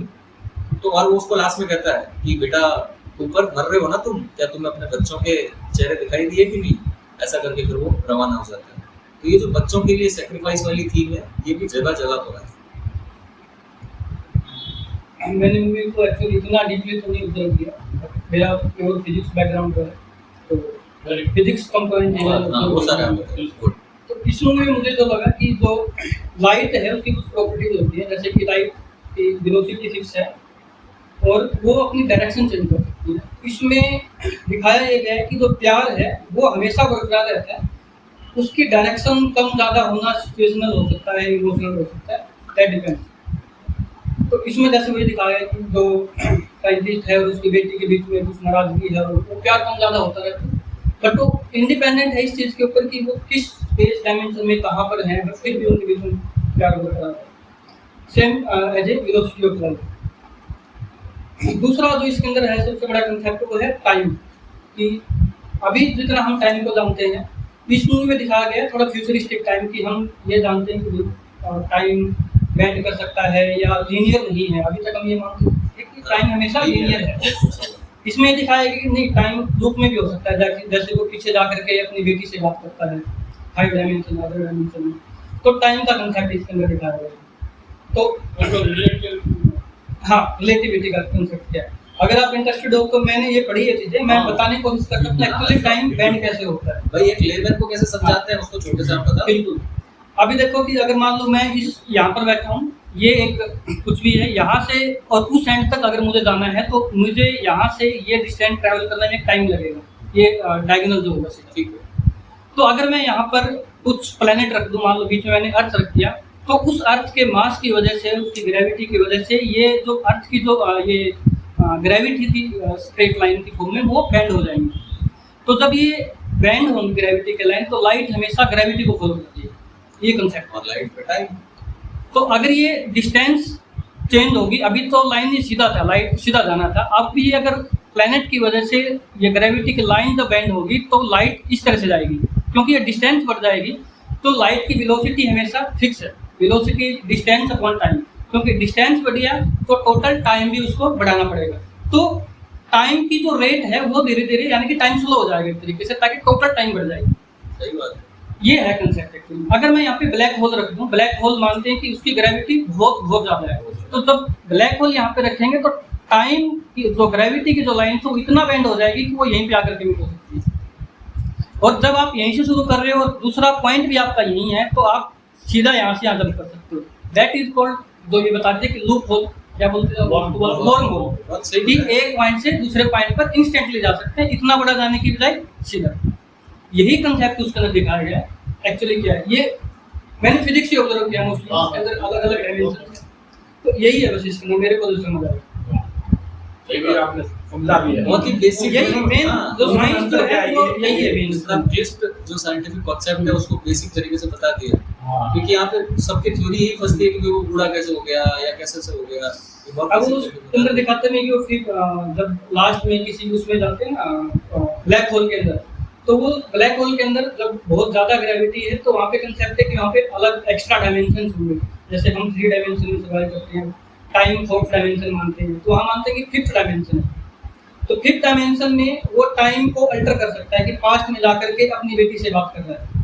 तो वहाँ पे बताते हैं कि फिर वो कंसेप्ट आता है कि वो 5th डायमेंशन या जो उसकी बेटी जहाँ पे है उसकी घर की लाइब्रेरी के साथ में वो स्पेस किसने बनाया कि वो अपनी बेटी से बात कर रहा है। वहाँ पे कुछ ना कुछ तो होगा, तभी वो अपनी बेटी से बात कर रहे हैं। दो क्वेश्चन है उसके बाद में एक क्वेश्चन तो है कि व्हाट इज फिफ्थ डायमेंशन। नहीं, आप बोल लेके फिर सवाल नहीं, मैं बोलूंगा नहीं, ये समझ ना बिल्कुल एग्जैक्टली सवाल ये पूछना मेरे को अगर समझ में नहीं आया तो मैं सही बात है सर। इंटीग्रेट नहीं करता। आप पूछिए व्हाट इज फिफ्थ डायमेंशन। ठीक है दूसरा सवाल है कि व्हाट इज मर्फीज लॉ। ठीक है क्योंकि शुरुआत एक्चुअली कि मेरा इतना गंदा नाम क्यों रखा मर्फीज लॉ पे। मर्फीज लॉ पे उसका नाम मर्फ रखा हुआ, तो वो उसका पहला क्वेश्चन है, मतलब वो क्या आपने इतनी बुरी चीज के नाम पे मेरा नाम क्यों रखा? हाँ इतनी बुरी चीज पे मेरा, तो वो किसी बच्ची इतने अवेयर है कि व्हाट इज मर्फीज लॉ वगैरह, वो उसको पॉजिटिव वे में रिप्लाई भी देता है। है तो सर उसका वो है, हाँ, मैं बताता हूँ सर, ये मर्फीज लॉ वाली बात। Murphy's law simply says what can happen will happen. ठीक है, अब ये आधा गिलास भरा आधा गिलास खाली की तरफ से देखिए कि इसके दो कनोटेशंस हैं, एक है पॉजिटिव एक है नेगेटिव। अब पॉजिटिव, अब वो तो नेगेटिव तो वो मर्फ सोच रही है ना कि ये तो सब जो होना है वो तो होना ही है, ये नेगेटिव टाइप का है। और जो पॉजिटिव कनोटेशन वो ये है कि आपको ये चीज़ कितना अवेयर बना देगी। आप अगर गाड़ी चला रहे हो और आपने what can happen will happen की सारी संभावनाओं को अगर समाहित करते हुए अपना ऑपरेशन किया है तो आप कितना परफेक्टली कर पाओगे। एक मिनट, तो लड़की का जो इंटरप्रिटेशन है मर्फीज लॉ का, वो ये है if even have to happen it will happen. ये उसका लड़की का वो कहना है कि गंदा लॉ है, इसमें मैं लेकिन वो ऊपर कहता है कि नहीं नहीं ये नहीं है, जो होना है वो होगा। हाँ, इसके तो इसके हो सकता है वो। 50% चांसेस है। मतलब प्रोबेबिलिटी भी दो तरह की होती है। हाँ। एक प्रोबेबिलिटी होती है जिसमें ये कहा जाता है दैट ये इवेंट जो है बराबर है। हाँ। मतलब कोई कहता है कैसे बराबर है। एक मैथमेटिशियन मार्को करके कोई है, वो बोलता है कि प्रोबेबिलिटी ज्यादा भी हेड या टेल मान लो करता है। हाँ। अगर मैंने हेड टेल एक बार किया तो हम डिसाइड नहीं कर सकते टेल आएगा या हेड आएगा। दो बार करेंगे। चलो मैंने 3 बार किया, 3 बार के अंदर हो सकता है पार्शियलिटी हो जाए, हेड ज्यादा आ जाए। बट मान लो मैंने 100 बार किया तो हम वेरी वेरी क्लोज होंगे। स्टैटिस्टिकली आप इसके क्लोज होते जाओगे। आपका सैंपल साइज बड़ा होना चाहिए। तो इसके अंदर ये भी है व्हाटएवर हैपन विल हैपन के दोनों पहलू बराबर प्रोबेबिलिटी पर। तो हमें तो एक ही तरफ जाना है ना, पॉजिटिविटी की तरफ। तो ये ऊपर उसको मोटिवेट करता है दैट हम पॉजिटिव वे की तरफ जाएंगे। तो वो चीज अगर चांसेस बराबर है इसमें। एक इसका एक एग्जांपल है कि एक शू मेकिंग कंपनी थी, तो उन्होंने क्या किया कि अपने 2 सेल्समैन को भेजा एक टापू पर कि देख के आओ हमारे बिजनेस के प्रोस्पेक्टस वहाँ पे कैसे हैं। पहला गया, उसने देखा यहाँ तो वो जूते पहनता ही नहीं, तो उसने आके बोला साहब कोई मतलब नहीं है, वहाँ तो वो जूते नहीं पहनता है। दूसरा गया, उसने आके साहब यहाँ किसी के पास जूते नहीं है, आपका ऑर्डर तैयार करो, जूते बेचते हैं चलो। तो दिस इज एग्जैक्टली उनको जागरूकता लानी है केवल। हाँ, वो बीओवी वाला है ना, how do you take things. अब इसके अंदर है ना, पहला इवेंट अगर मान लो किसी ने पॉजिटिव किया है ना, तो दूसरे इवेंट में चांसेस है कि वो पॉजिटिव ही करेगा। मतलब पहला इवेंट ने बोल दिया कि भैया यहाँ पर रेड कलर का शर्ट होना चाहिए, तो अब अगला इंसान भी यही सोचेगा कि हाँ चांसेस ज्यादा होंगे रेड कलर को सेलेक्ट करने के, क्योंकि एक इवेंट हो चुका है। फिर तो क्या सर, अभी तो फोर्थ के ही लाइन पड़े हुए हैं। एक्चुअली हमने आपको ऐसे समझा एक्चुअली ये तो साइंटिफिक चीज भी बताया। साइंटिफिक एक्चुअली क्या है, हम जो है थ्री डायमेंशन स्पेस में सर्वाइव करते हैं, तो हम तीन डायमेंशन को ऑब्जर्व कर सकते हैं। जब किसी चीज को हम अदर डायमेंशन में देखना हो तो हमने कभी तक देखा नहीं, हम हमारा दिमाग किसी भी उस चीज को इमेजिन नहीं कर सकता जिसको हमने कभी अप्रोच नहीं किया। तो फिफ्थ डायमेंशन को हम कभी अप्रोच नहीं कर सकते, बट थ्योरेटिकली है वो। इसीलिए मैं समझने के लिए बता सकता हूँ, जैसे कि मान लो ये एक टेबल है, यहाँ पे एक चींटी चल रही है, चींटी कहीं भी किसी भी डायरेक्शन मूव कर रही है, उसके पास 2 ही डायमेंशन है, वो या तो लेफ्ट जा सकती है, right means X Y axis में कहीं भी आप कोऑर्डिनेट उसके पता कर सकते हो। तो उससे आप पता करो, पूछो कि तीसरा डायमेंशन क्या है, वो नहीं बता पाएंगे। इसी तरह हम 3 डायमेंशन में जितने हम 4th डायमेंशन का फिजिकल कंसेप्ट नहीं कर सकते, बट एग्जिस्ट कर सकते हैं। हमने मास्टर्स में स्ट्रिंग थ्योरी पढ़ा है, 13 डायमेंशन 26 डायमेंशन तक की हम उसमें बात करते हैं। कंसेप्ट सिंपल है, ये अगर मैं बात करूं कि कोई पॉइंट है यहाँ पे, वो 13 डायरेक्शन में जा सकता है, तो हम ये बोल सकते हैं कि वो एक ही जगह पे है 13 डायमेंशन के अंदर। उसकी मेरे को एक ही कोऑर्डिनेट मिल जाए, या मैं ऐसे बोल सकता हूँ कि 13 अलग अलग उसकी मैं वैल्यू दूँ किसी स्पेस पॉइंट के अंदर। तो ये कंसेप्ट है एक्चुअली, बट फिजिकली हम उसको कंसेप्ट वो नहीं कर सकते। जैसे एक तो पॉइंट है, फिर एक लाइन आ गई, लाइन से एक स्पेस बन गया, स्पेस से एक 3D बन गया। अब एक 4D क्यूब भी है जिसको हम ट्रेजरेक्ट का मैं एक बार आपको दिखाता हूँ। वो ट्रेजरेक्ट का नाम कि जब ट्रेजरेक्ट का जो कॉम्प्लीट नहीं कर सकते, मतलब हमें वो समझ ही नहीं आएगा ये बना कैसे है। जैसे मैं बताता हूँ प्लॉट है जो हम आप जैसे कह रहे हैं, क्योंकि ह्यूमंस केवल 3 डायमेंशन समझने की अंडरस्टैंडिंग के लिए बने हैं। अगर हम ह्यूमंस फोर्थ को कॉम्प्रिहेंड करेंगे हम नहीं कर पाएंगे। जैसे मैं ट्रेजरेक्ट का एक बताता हूँ आपको, जिसमें आप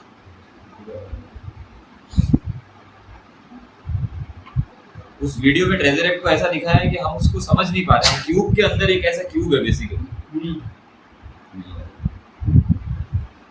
ये देखो ये कुछ ऐसा क्यूब।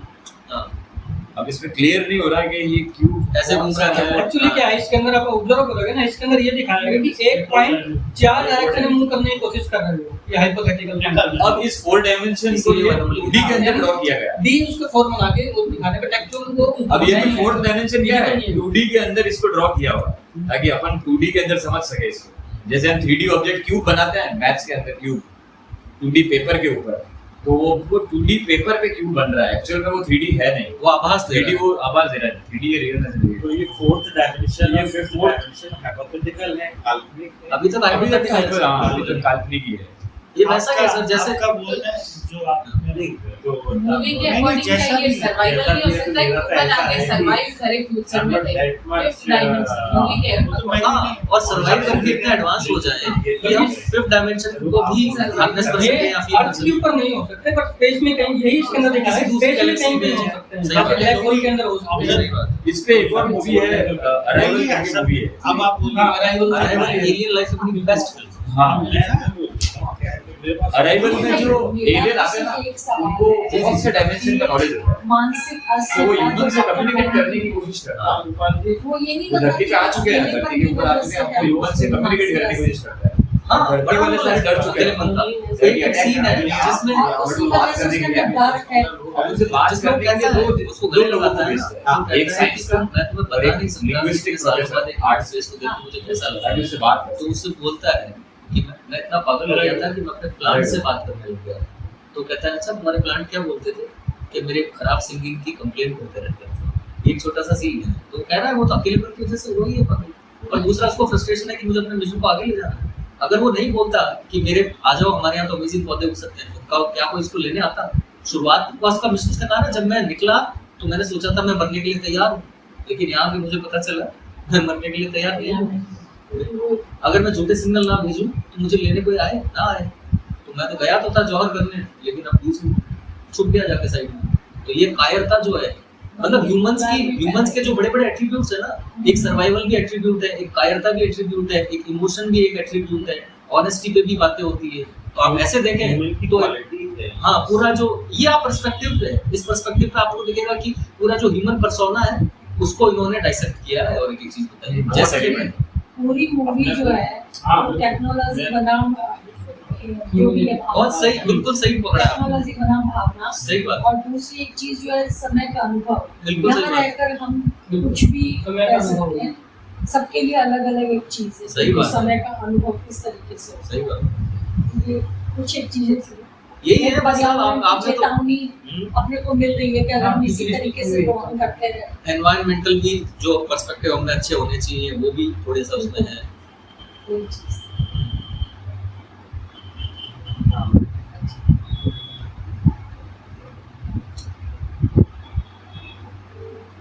सबसे पहले तो मैं सबका स्वागत करता हूँ। हाँ ललिता जी आ जाओ। हाँ चलो ऊपर चलो।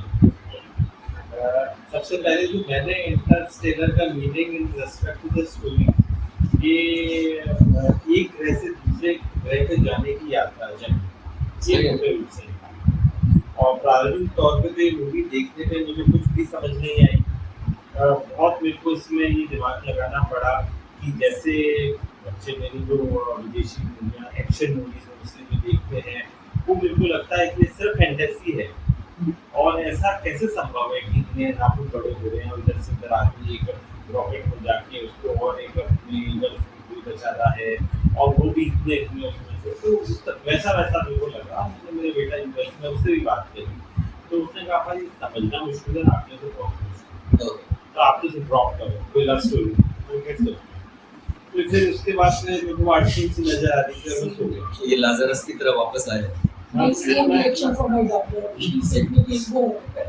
तो मैं सो गया रिस्पेक्ट करते हैं। और फिर मैंने आपके से मैंने बात करी कि भाई अब मैं करूँ क्या, या तो मैं क्विट कर जाऊँ या फिर चुपचाप मैं तो कहीं आप हिंदी में इसके वर्जन देखते तो फिर मैंने इसका जब हिंदी वर्जन देखना चालू किया और कहता से स्टोरी लाइन के ऊपर को कहीं पकड़ने लगा तो इतना अच्छा क्योंकि इंटरेस्ट भी है और इंटेलेक्ट भी होता है कि देखना पूरा क्या है। तो मैं मुख्य उद्देश्य पर सोचने लगा, निष्कर्ष पर पहुंचा कि दूसरे ग्रह पर जीवन खोजने के प्रयास और ये प्रयास अपने भारतीय साहित्य में देखे जो मैंने बचपन से कई बार पढ़ा है कि हमेशा हम जैसे मंगल ग्रह को तो इतना ज्यादा है कि वहाँ पे जीवन है, वहाँ पे जीवन है और कई बार फल भी कहा जाता है कि वहाँ जीवन मिल गया है तो आप लौट बुक करा ऐसे जोक्स हैं हमारे पॉप है कल्चर ना। तो वो मतलब कहीं ना कहीं हमारे साहित्य में ये चीज भी मतलब इंग्रेडिएंट है और इसकी एक खोज खोजने के प्रयास भारतीय साहित्य में एक इसकी ऐसी खोज एक सूक्ष्म शरीर द्वारा मैंने पढ़ा था बहुत सूक्ष्म शरीर द्वारा कैसे इन ग्रहों पे जाया जा सकता है और मंगल ग्रह पे भी सूक्ष्म शरीर से वहाँ पहुँचा था और उसने सारा आगे फिर इसको वर्णन किया था और उसके बारे में बहुत चीज़ें सूक्ष्म शरीर निकलता है कैसे और कैसे पहुँचता है और विद इन टाइम आ जाना चाहिए, नहीं आता है तो वो एक सिर्फ एक बॉडी रह जाएगी, हार्ट बीट चलती रहेगी और वो चेतना चली जाएगी अपना स्थूल शरीर सूक्ष्म शरीर। तो वो जो मैंने उस समय पढ़ा था कि कैसे मंगल ग्रह के लाल रंग के पत्थर है ये सब है तो कहीं ना कहीं मैंने इसको भी इस मूवी से रिलेट करा कि भाई हमारा कल्चर भी ऐसा है जो ग्रहों की खोज में लाइफ की खोज में। और फिर इसके बाद यात्रा का भी कहीं सूक्ष्म से हो जाता फिल्म के अनुसार जो 1 घंटा पृथ्वी के 7 वर्ष के बराबर बताया जाता है इसको मैंने ऐसे रिलेट किया कि हिमालय में रहने वाले कहीं और अटलांटा में जो चले जाते हैं सब लोग और वो एवर यंग रहते हैं तो वो ऐसे ग्रह हैं जो एवर यंग रहने का जैसे एक ग्रह बहुत स्पिरिचुअली महावतार बाप जी का अगर आपने तो वो आज तक जन्मे हैं 2000 पता नहीं कितने कितने वर्ष के और ऐसे बहुत चीज़ें जो पढ़ी हैं और हाँ ललिता जी बनाना चालू करें तो ये सारी चीजें मैंने कहीं ना कहीं उससे अपने कल्चर से और मैंने जो पढ़ा है सुना है उससे रिलेट करके मुझे फिर ये ओवरऑल मूवी बहुत अच्छी लगी और उससे भी ज़्यादा मुझे आप दोनों से जो जितनी मैंने मूवी नहीं देखी उससे ज़्यादा समझी तो थैंक यू टू ऑल और कोई करना चाहें इसके बाद और भी कुछ चीज़ें निकालिए जो आप बहुत अच्छी तरह से बता चुके हैं जैसे पृथ्वी पे संकट पृथ्वी पे लाइफ का संकट है चला आ रहा है इसलिए इस मूवी को बना के उस संकट से उबरने के लिए समय और गुरुत्वाकर्षण तो जो आपका 4th dimension and 5th dimension यही हुए 2 dimension 5th dimension gravitational forces हुआ हाँ जैसा ही है फिर ग्रहों की खोज वो ये ब्लैक होल की सापेक्षता इतना आपने अच्छी तरह से बताया माता पिता और वो जो इमोशंस का जो आप काम करते हैं तो वो इस मूवी में है ही आप बहुत अच्छे से ऐसा बिल्कुल जो खास नहीं है मैंने जो चीज़ ऑब्जर्व करी वो जो पहली बार प्रोफेसर ब्रांड जो बूढ़ा होता है जब पहली बार कूपर को कहता है कि ये मिशन लेके जा तो कूपर कहता है नहीं तो डॉक्टर कहता है क्यों नहीं जाएगा तो कहता है आई गॉट किड्स तो कहता है then go and save them तो बहुत एक अमेजिंग लाइफ एक बड़े लेवल का सोचने के बारे में बोल रहा है वो हाँ भाई you have to be thinking above what you are वो कहता है कि आपको तुझे ह्यूमन से ऊपर उठ के स्पीसीज के बारे में सोचना तभी स्पीसीज बच पाएगी वो उसमें वो भी लेकर जाते हैं जो ह्यूमैनिटी के जो एग्स है वो भी लेकर जाते हैं हाँ वो एग्स लास्ट तीसरा प्लान भी यही होता है एग्स से उगाएंगे मेरा तो ये 4th डायमेंशन और 5th डायमेंशन ह्यूमंस के लिए काल्पनिक है या हमारा रियलिटी में पहुंच सकते Tropical है, हैं उस लेवल पे पहुंच सकते हैं जैसे साबित को पहुंच जाते हैं आप बताओ जो एक मोक्ष कहते हैं वो एक अलग विषय हो आपसे गया। स्पिरिचुअलिटी और साइंस जो है आप यहाँ पे इंगेज कर रहे हैं आप तो कैसा तो नहीं कि वही फोर टाइम करता है मे बी और मे बी नॉट हाँ। वो वाली बात है ये Exactly. We don't know. Practically extra dimension हमें में जो- एक्सप्लेन की गई है बट अर्थ पे ऑब्जर्वेबल नहीं है ये हाँ इतना आसान होता है तो फिर बहुत मुश्किल है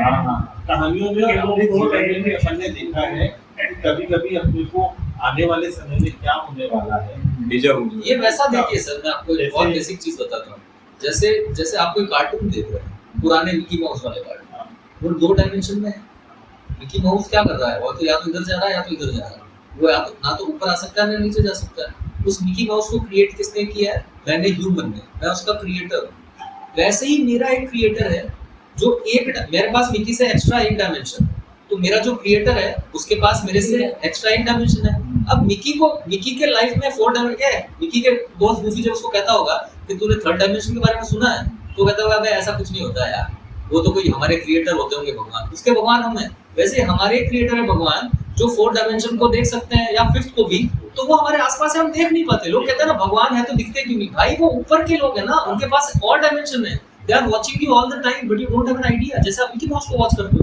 तो ये प्लॉजिबल क्यों नहीं है अभी आपका कहना सही है एक बार में मैंने स्पिरिचुअलिटी से उनसे इसलिए जोड़ा है मैं ऑटोबायोग्राफी में माला जाता हूँ सभी बात की तो मैं ऑटोबायोग्राफी जो उनके लिखे वो रेगुलर पढ़ता रहता हूँ तो आज भी जैसे पढ़ा कोई बाढ़ आने वाली थी तो जो हवन और जो चल रहा था वो कह रहे थे कि क्लोज इट इमीडिएटली और जल्दी आप करें क्योंकि बाढ़ आने वाली तो वो उनके पास वो डायमेंशन था तो देखे कि क्या होने वाला मे बी जैसे उन्होंने कहा may be may not be science में भी है सर साइंस क्या करेगा ये स्टीफन हॉकिंस के बारे में जानते होंगे आप तो स्टीफन हॉकिंस फिजिसिस्ट है जैसे सबसे पहले देखा जाए तो फिजिक्स के अंदर सबसे पहले अगर हम बड़े लेवल की बात करें तो न्यूटन आया था न्यूटन के बाद आइंस्टाइन था आइंस्टाइन के बाद कहा जाता है स्टीफन हॉकिंस स्टीफन हॉकिंस ने बोला था कि ब्लैक होल जो है वो हमारा एक एंड पॉइंट है अभी तक का क्योंकि ह्यूमैनिटी ने जो खोज करी है इलेक्ट्रॉन माइक्रोस्कोप से लेकर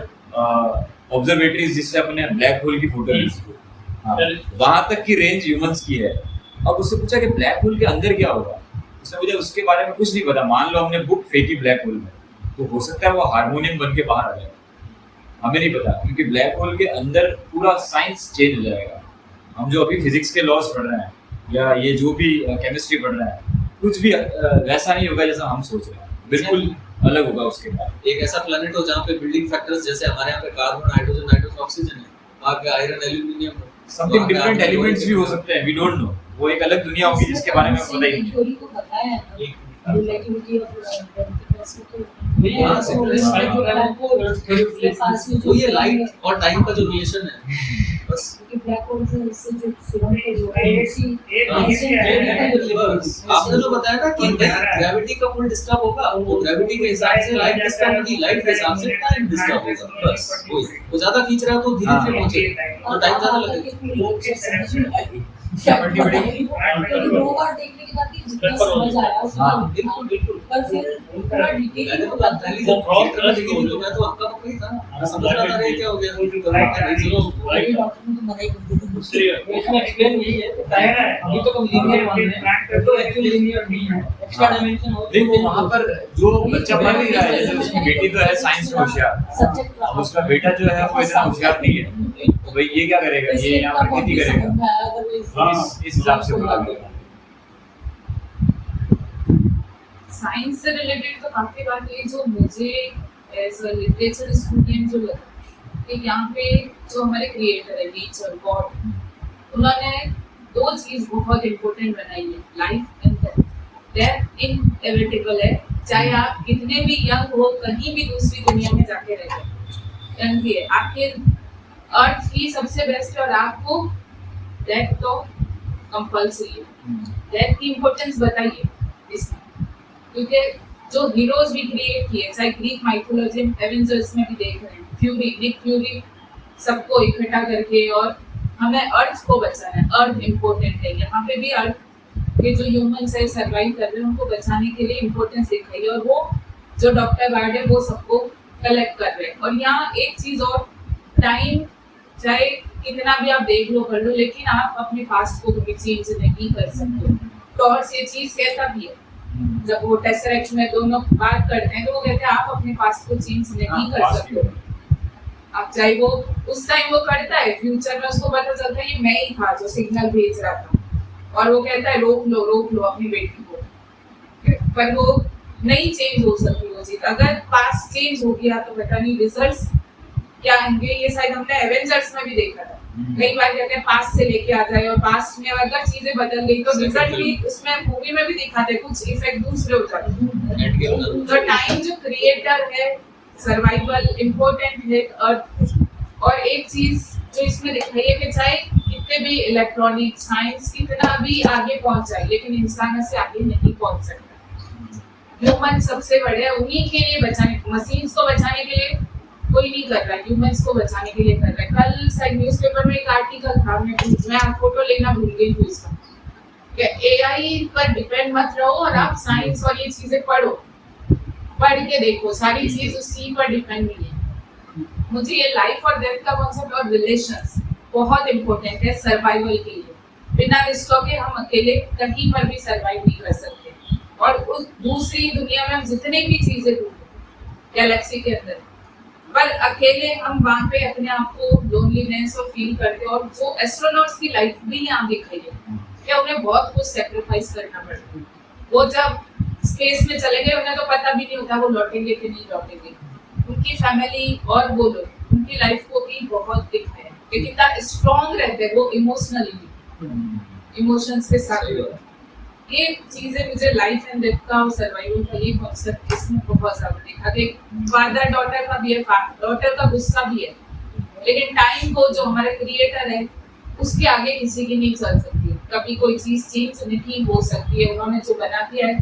और ब्लैक होल का जो नोलन ने जो एक इमेजिनरी व्यू दिया है, क्योंकि इमेजिनरी व्यू 2014 तक कोई आई नहीं, 2019 में आई, फोटो सबसे पहला फोटो 2019 में आया। उन्होंने जिस तरह से क्रिएट करके बताया है वो भी अपने आप में एक इमेजिनेशन में, मतलब उन्होंने साइंटिस्ट से बुला के, फिजिशियन से बुला के उन्होंने सारी चीजें ये इन्वेंट करवाई है कि किस तरह से मैं ये इमेज डाल सकता हूँ। ये भी बहुत ज्यादा इंटरेस्टिंग है। और फिफ्थ डायमेंशनल मुझे तो ये फ्यूचर में हम सर्वाइव कैसे करेंगे इन सब चीजों को लेके। तो आज हमारे ये एआई और आ रहे हैं, तो ये क्या है, फिफ्थ डायमेंशनल की टेक्निक स्टार्ट हो गई। तो एक्चुअली ये भी तो है कि वो जो फ्यूचर वाले लोग हैं ना, या तो इवॉल्व्ड ह्यूमंस हैं, या फिर हमने एक ऐसा एआई बना के छोड़ लिया कि भाई जब अनंता खत्म होने वाले तो हमको सेव तुम कर लेना। ये दोनों थ्योरी है। और मोस्ट इंपोर्टेंटली ये सेव द अर्थ। मैथमेटिकली भी अगर टाइम ट्रैवल मशीन बन चुकी है ना, तो वो पास्ट में ट्रैवल नहीं कर सकती। नहीं, पास्ट की चीजें चेंज करोगे तो रिजल्ट चेंज क्योंकि होगा। अगर लॉजिकली देखो अगर पास्ट में ट्रैवल करना होता तो अभी तक टाइम मशीन आ चुकी होती है। मान लो फ्यूचर में बना दी किसी ने, वो पास्ट में तो आया होगा ना कभी कभी। और पास्ट में जैसे हैरी पॉटर के अंदर में भी वो क्रस्ट चाइल्ड में बताते हैं टाइम लूप, टाइम ट्रैवल सब नष्ट कर देते हैं क्रस्ट चाइल्ड के अंदर। और अगर आप टाइम ट्रैवल में जाके चीजों को छेड़खानी करोगे सब बचाते हैं, नष्ट इसलिए करते हैं भाई ब्लैक लॉर्ड वापस नहीं आ जाए। अगर आपने छेड़खानी की तो ब्लैक लॉर्ड वहां पे खत्म ही नहीं होगा, तो रिजल्ट्स कुछ और हो जाएंगे। और ह्यूमैनिटी सबसे मेन है, ह्यूमैनिटी को बचाना, ह्यूमंस। और प्लेनेट भी ना रिवर्स इसलिए बताया कि ये ब्लैक होल तो उसका गेट है। अब मैथमेटिकली कहा जाता है, गूगल पर भी है, बहुत जगह लिखा हुआ है, मैंने रिसर्च भी करी, दैट ब्लैक होल अगर है तो व्हाइट होल भी होगा। ब्लैक होल क्या कर रहा है, अपनी तरफ खींच रहा है, और व्हाइट होल क्या करेगा, बाहर निकालेगा। तो यहाँ वाले प्लेनेट क्या है, स्फेरिकल है, और उधर से क्या है planet, anti spherical kind of. ये भी है उन्होंने बताया। इसमें एक क्वेश्चन ये भी है कि अगर वो ब्लैक होल में चला गया तो ये तो मूवी में बना दिया उन्होंने, टेसरेक्ट के अंदर एंटर हो गए, और एक्चुअल में हम ब्लैक होल पढ़ते हैं तो उसमें इतनी ग्रेविटेशन है कि कोई भी बच ही नहीं सकता, लाइट भी नहीं बचती है उसके अंदर। वो टेसरेक्ट में डाल दिया, और वो किस तरह से वो चीज उसके अंदर टेसरेक्ट में वो पहुंचा कैसे, ये क्वेश्चन मार्क है। ब्लैक होल में वो कैसे पहुंच गया, इस चीज में क्या है ये वो ट्रेजरेक्ट। मुझे लगता है यहाँ पर जो मैं बात कर रहा था ना, लव और इमोशंस जो है, इनका भी एक डायमेंशन है जो हमारे पास है, but we are not taking that seriously. मतलब ये जो हम फील करते हैं इमोशन जो है, this is also one of the dimension. मतलब एक मैं assumption दे रहा हूँ, सच नहीं है, जस्ट इमेजिनेशन। तो ये भी एक डायमेंशन है जो हम इसको सीरियसली नहीं लेते, और इसी डायमेंशन की हेल्प से उसने ट्रेजरेक्ट को एक्सप्लोर किया बुबर ने, और वो अपनी बेटी से कम्युनिकेट कर पाया। ट्रेजरेक्ट में साइंस और इमोशन दोनों साथ में दोनों साथ में। साइंस तो ऐसे आती है कि जो फ्यूचर ह्यूमन से इवॉल्व जो भी भगवान या जिसे भी आप कहें, वो ब्लैक होल के अंदर वो मैनिपुलेशन कर सकते थे, तो उन्होंने ऊपर कांटेक्ट भी कर सके, कम्युनिकेट भी कर सके और फिजिकली सर्वाइव भी करे, इसलिए वो टेसरेक्ट उन्होंने बना दिया। अब टेसरेक्ट में ऊपर को क्या दिख रहा है? सिर्फ और सिर्फ अपनी बेटी का कमरा दिख रहा है। This is love, this is where love enters the story. ये उसका एक डायमेंशन नहीं कह सकते। हां, मतलब मैं इसका जो फोर्थ डायमेंशन या फिफ्थ डायमेंशन है वो प्यार है। हाँ। वो समय में देख पा रहा है, वो स्पेस में देख पा रहा है, और प्यार जो है वो उसके कोऑर्डिनेट्स इस जगह पिन पॉइंट करवा रहा है। जैसा कि उन्होंने कहा time will be the road and love will be the guiding light, ऐसा कुछ कहा था ना। एक्चुअली मुझे कह रहे हो एक तो मैं पूरी आपकी बात से सहमत हूं और यही सपोर्ट करूंगा कि ये फिल्म साइंस सेंट्रिक फिल्म हुई थी, साइंस इसकी पहली पर ये मेरा भी मतलब मैं एक बात से सहमत हूँ कि ये इतनी हाई-फाई साइंटिफिक मूवी है, लेकिन इसके बावजूद भी साइंस उसकी परिचिन है, उसकी मेन कोर कहीं और ये यहाँ से जिसके जैसे आपने बहुत अच्छी तरह से उत्तर बताया और आपने पूरी फिल्म की साइंस को उजागर कर दिया। हम जैसे सामान्य बायोलॉजी के साइंस के स्टूडेंट हैं, मेरे अंकल कहते थे कि एक जमाने में बायोलॉजी को साइंस माना नहीं है,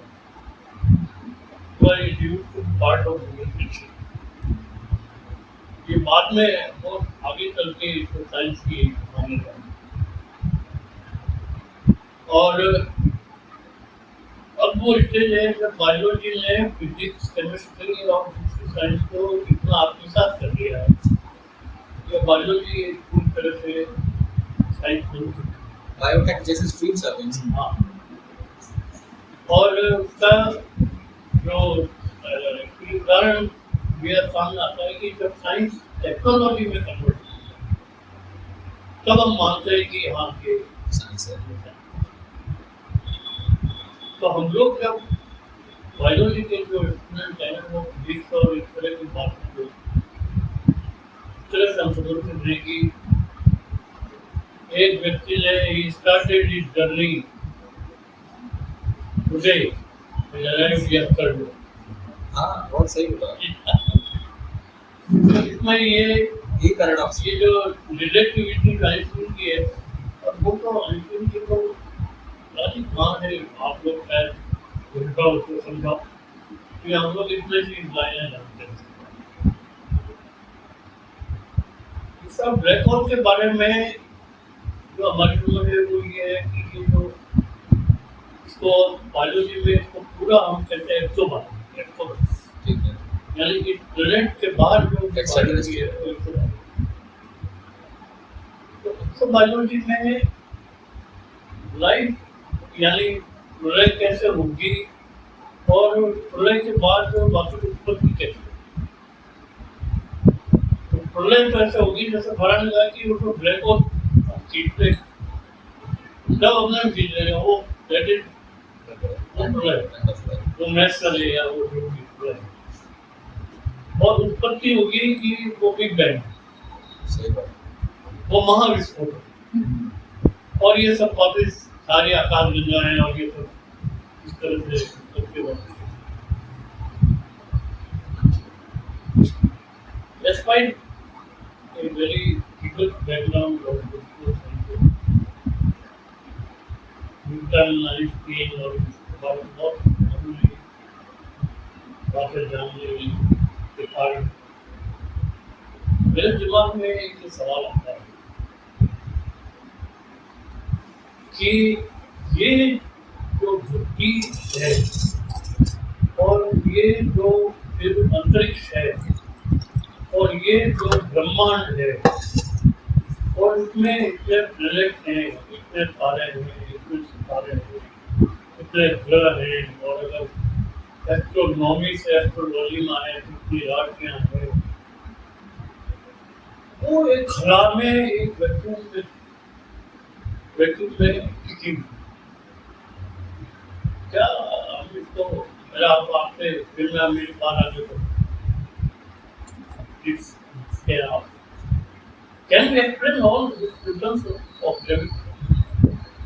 अभी तक तो ये एक है ना फर्मीज पैराडॉक्स भी है। फर्मीज पैराडॉक्स कि अगर इतने सारे प्लैनेट्स है कि बोलते हैं मिट्टी के जो कण होते हैं उतने से गैलेक्सीज है, देन लाइफ फॉर्म्स की पॉसिबिलिटी है, there is a chance of life form और there is a chance of जो हम बात कर रहे हैं डायमेंशंस एग्जिस्ट करते हैं, यानी तो इतने अगर स्पेसेस है तो होंगे ऑब्वियसली। और लाइफ का Chances प्रोपगेशन है। तो सर इस पर डिपेंड कर रहा है कि भाई लाइफ सस्टेनिंग एटमॉस्फेयर हो, मोटा सनलाइट जहाँ पे टाइम पे पड़ी वहाँ पे लाइफ बढ़ी। तो ऐसे भी तो जगहें हैं जहाँ पे मान लीजिए वहाँ से हमसे 1 लाख साल पहले अगर वहाँ सनलाइट पड़ी, वहाँ एवोल्यूशन हमसे अगर 1 लाख साल पहले पैदा हुआ, तो उनकी टेक के सामने हम कैसे होंगे जैसे हमारे सामने आदि मानव। तो जो एलियंस होंगे वही भगवान होंगे हमारे। आज आदि मानवों के सामने हम जाए तो हमारे लिए भगवान ही, हम उनके लिए भगवान ही हुए, उड़ते उड़ते जा रहे हैं, कुछ भी कर रहे हैं। तो बस जहाँ 10 लाख साल पहले लाइट गिरी वो होंगे सबसे अमेजिंग। और हो सकता है कि जो दूसरे बीइंग्स है ना, ये कोई दूसरे प्लेनेट के बीइंग्स उनका इस प्लेनेट को हमने समझाते हैं। दूसरे प्लेनेट पे जिंदगी है जीवन है वो सवाल तो ये तो 100% है सर। तो बात का तो आपकी मेरा बात तो यही सवाल है कि ये सब जो बैलेंस है इतना बड़ा, उसको हम कैसे समझें? उसका एक आंसर ये भी है थ्योरेटिकल कि एक्स्ट्रा डायमेंशन का कंसेप्ट यही सा है इन सब चीजों को एक्सप्लेन करने के लिए। अगर मैं सिंपल लेमन लैंग्वेज में बात करूं, अगर कोई चीज चल रही है और उसको जग दिखाई दे मान लो, तो उसके लिए बहुत पहाड़ जैसी चीज है, बट अपने लिए वो छोटी सी चीज है। तो जिस स्पेस को हम देख रहे हैं वो 3 डायमेंशन में हमारे लिए इतना बड़ा है, बट एक्स्ट्रा डायमेंशन में अगर कोई देख सकता है उसके लिए शायद वो इतना बड़ा नहीं होगा। अगर मैं 1000 डायमेंशन की बात करूं तो शायद बहुत छोटी चीज होगी। तो ये टाइम एक्स्ट्रा डायमेंशन का कंसेप्ट ही इसलिए है तो रिलेटिव समझ के लिए मैं यही कह रहा था, अराइवल करके मूवी का मैंने इसीलिए जिक्र किया क्योंकि उसमें जो एलियंस आए हैं वो उनका बहुत सारे डायमेंशन का एक्सेस है। तो वो एक सिग्नल जब भेजते हैं तो उसके अंदर करोड़ों सालों की इंफॉर्मेशन होती है। तो अब ह्यूमंस को टास्क दिया गया पता लगाओ एलियन क्या कहना चाह रहा है, तो आपको पता ही नहीं लगा पा रहे क्योंकि उसमें इतनी सारी इंफॉर्मेशन है एक सिग्नल के अंदर। हमारे को भी रैम इंफॉर्मेशन को भाई साहब ऐसा है एक डीएनए मॉलिक्यूल में 300 लाइब्रेरीज की इनपुट्स है। हाँ और इंफॉर्मेशन को नहीं सर, अभी तो हम तो हमारी औकात तो टेराबाइट्स और गीगाबाइट्स हम एक्सेस नहीं कर पा रहे हैं, हमारे सामने पड़ा है वो सब कुछ, बट हम उसको पूरा एक्सेस नहीं कर पाएंगे। अब वो पूरा एक्सेस कब होगा जब हम उस डायमेंशन तक पहुंचने की कोशिश करेंगे, और शायद ह्यूमंस के लिए अनअचीवेबल होगा ये क्योंकि हम बनेंगे नहीं उसके लिए। एवोल्यूशन में वहाँ है ही अब फ्रेंड पे वापस आता हूं। मुझे ये फिल्म एक बहुत बड़े रहस्य को समझने की एक बड़ी कोशिश है। ठीक है। बहुत बड़े रहस्य को समझने की छोटी कोशिश है तो बहुत है। ये बड़े रहस्य को समझने की बड़ी कोशिश, मतलब अल्टीमेटली सक्सेसफुल कोशिश है ऐसा नहीं कर रहा हूं, लेकिन एक बड़ी कोशिश। और इस बड़ी कोशिश की अभी निकलते मुझे विज्ञान की वो बातें याद।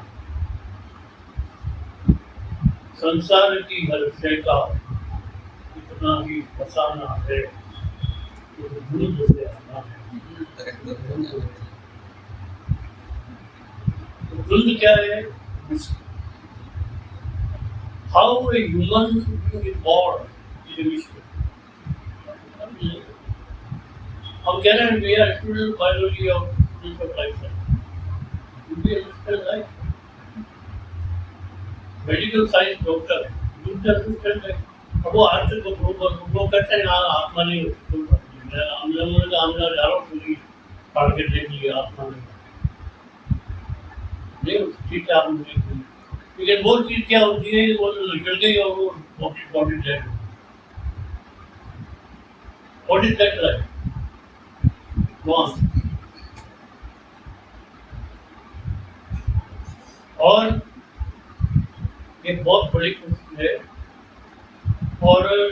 इसमें इस फिल्म को एक्चुअली आफ्टर वो डिस्ट्रीब्यूशन वो इस फिल्म को देखने वालों को समझाने के लिए बहुत बड़ा कॉन्फिडेंस है, क्योंकि ये पूरी फिल्म है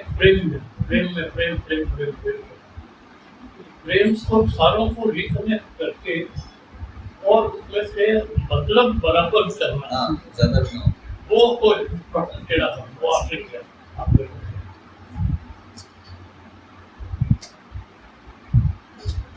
इसमें ये जो बात है, ये कुछ बातें जो अभी वो हमारी धर्म और संस्कृति से क्या ईसाई संस्कृति अपने का बच्चों की चिंता, मृत्यु के समय हम अपने औलाद को भुगतान से जुड़े हुए हैं, राइट वही हमें रहेगी। पिता का पहला श्लोक भी कर रही है।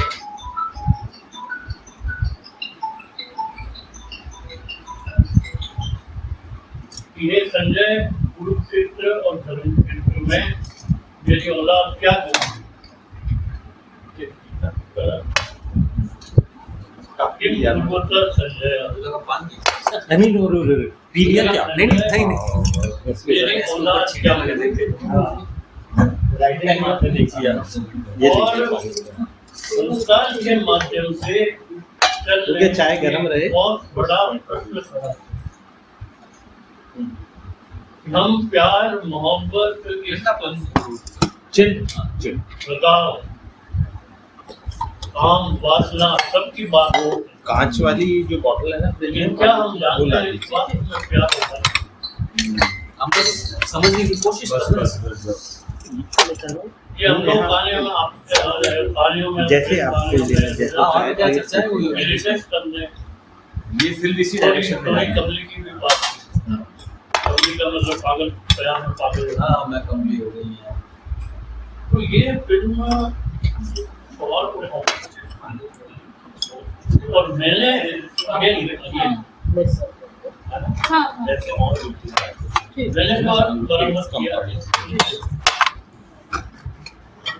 नोलन ये कहना चाहता है कि ये जो ग्रेविटी है वो क्या है? एग्जैक्टली क्योंकि उसमें जो एक्स्ट्रा डायमेंशन है वो प्यार ही तो है, खींच रहा है वो प्यार खींचता है। वो ग्रेविटी पे एनोमली आ रही है, वो उससे तो वो पूरा उसको कोऑर्डिनेट्स मिल जाता है। ये लाल चटनी में Cannot be. उसमें नहीं है, ये नहीं खींचना चाहे वो। ये थोड़ी अच्छा बात है। क्यों कि वो सबसे पहले बाप बेटी का प्यार था। क्या निमेश जी आप अगर लग सकते हैं वो कोई male female young male female का अट्रैक्शन नहीं था। वो एक लव है बस, लव। इवन आपने देखा होगा सर, उसकी ग्रेविटी इवन उसके वो जो लड़की है मर्फ और उसके भाई के बीच के रिश्ते इतने अच्छे नहीं है। वो बाद में तो जब वो कुछ कहती है कि चलो तो उसको बाहर निकाल देता है, लेकिन जब इक्वेशन सॉल्व करती है तो जब डेटा मिलता है जाने में भाई से बच्चों को इसमें भी बताते हैं कि दोनों भाई बहन में हाँ ये जो डायनामिक्स है ये भी है, तो आप जब रिवॉच करेंगे तब आपको दिखेगा। तो इसमें जो इम्पोर्टेंट वर्ड है, जो प्यार में सबसे इम्पोर्टेंट है और प्रेम में एक्चुअली अब मैं आपको यहाँ पर एक बात कहना चाहती हूँ कि हमने इतने सारे शब्द प्यार को समझने के लिए प्यार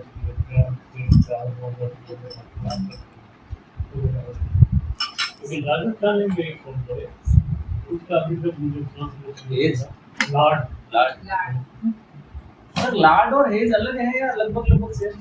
ये तो अफेक्शन नहीं कह सकते हैं, लेकिन लाड का एग्जैक्ट लाड बड़े से छोटे के लिए जो मतलब आप कुछ भी एग्जैक्ट वर्ड गलत सही की बात नहीं, लेकिन एप्रोप्रिएट किया इस पिक्चर का संदर्भ में लाड को जो हिंदी में कहते हैं लाड प्यार है, ये आप पढ़ते हैं लाड की जगह लाड क्या वो तो अपने लाडली की बात की तो बता पर हिंदी में शब्द है। वो हाँ लाड है सर, वो अपरंस है। एक ऐसा तलब कर दिया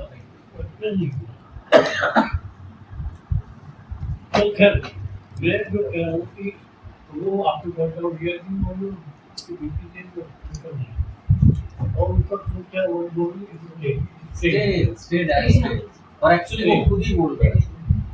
तो सबसे जो इम्पोर्टेंट चीज है कि ऐसा नहीं है कि वन नाइट स्टैंड मतलब आपने हो गया और कर दिए नॉट लाइक दैट।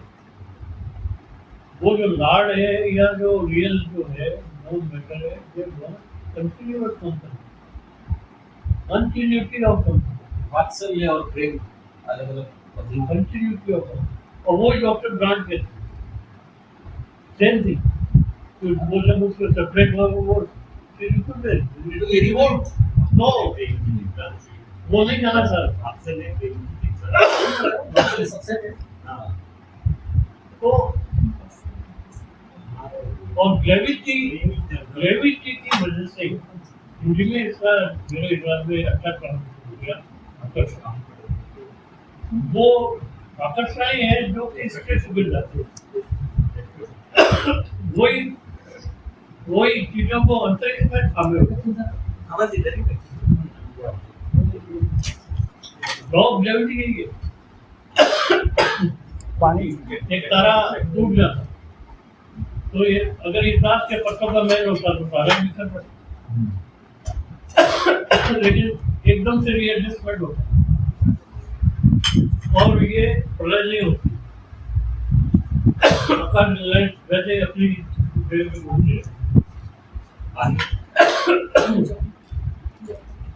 एक तो मेरे लिए हालांकि बोलन इसमें कहना चाहता है human emotional ground gravity which is keeping balance दूसरी बात मैंने जो ऑब्जर्व की जो छोटी कोशिश है बड़े व्यक्ति को वो आज तक इस बारे में है कि इस धरती को ही हैबिटेबल कैसे बनाया जाए। हमारी पूरी संस्कृति वसुधैव कुटुंबकम पर टिकी अभी तक जितने भी वेस्टर्न थॉट आए वो भी यही कहते हैं बेक दिस अर्थ हैबिटेबल। इसमें एक मतलब हालांकि ये कुछ बिल्कुल नए विचार ऐसा नहीं करता लेकिन इस विचार पे नया एम्फेसिस है जो ऋण की अवधारणा है सर इंडियन फिलोसॉफी में जो ऋण की अवधारणा है कि हमारे ऊपर अलग अलग ऋण है वो यही वो एम्फेसिस है कि ये धरती तो अब एडिटेबल होगी नहीं हमें कहीं और जाके रहना लेकिन मेरे चमक हूँ घूमने की बात नहीं आती है ऊपर नहीं आता है बेटी के पास आता है पूरी हो चुकी है कहती है मैं जानती थी आप आएंगे क्योंकि आपने वादा किया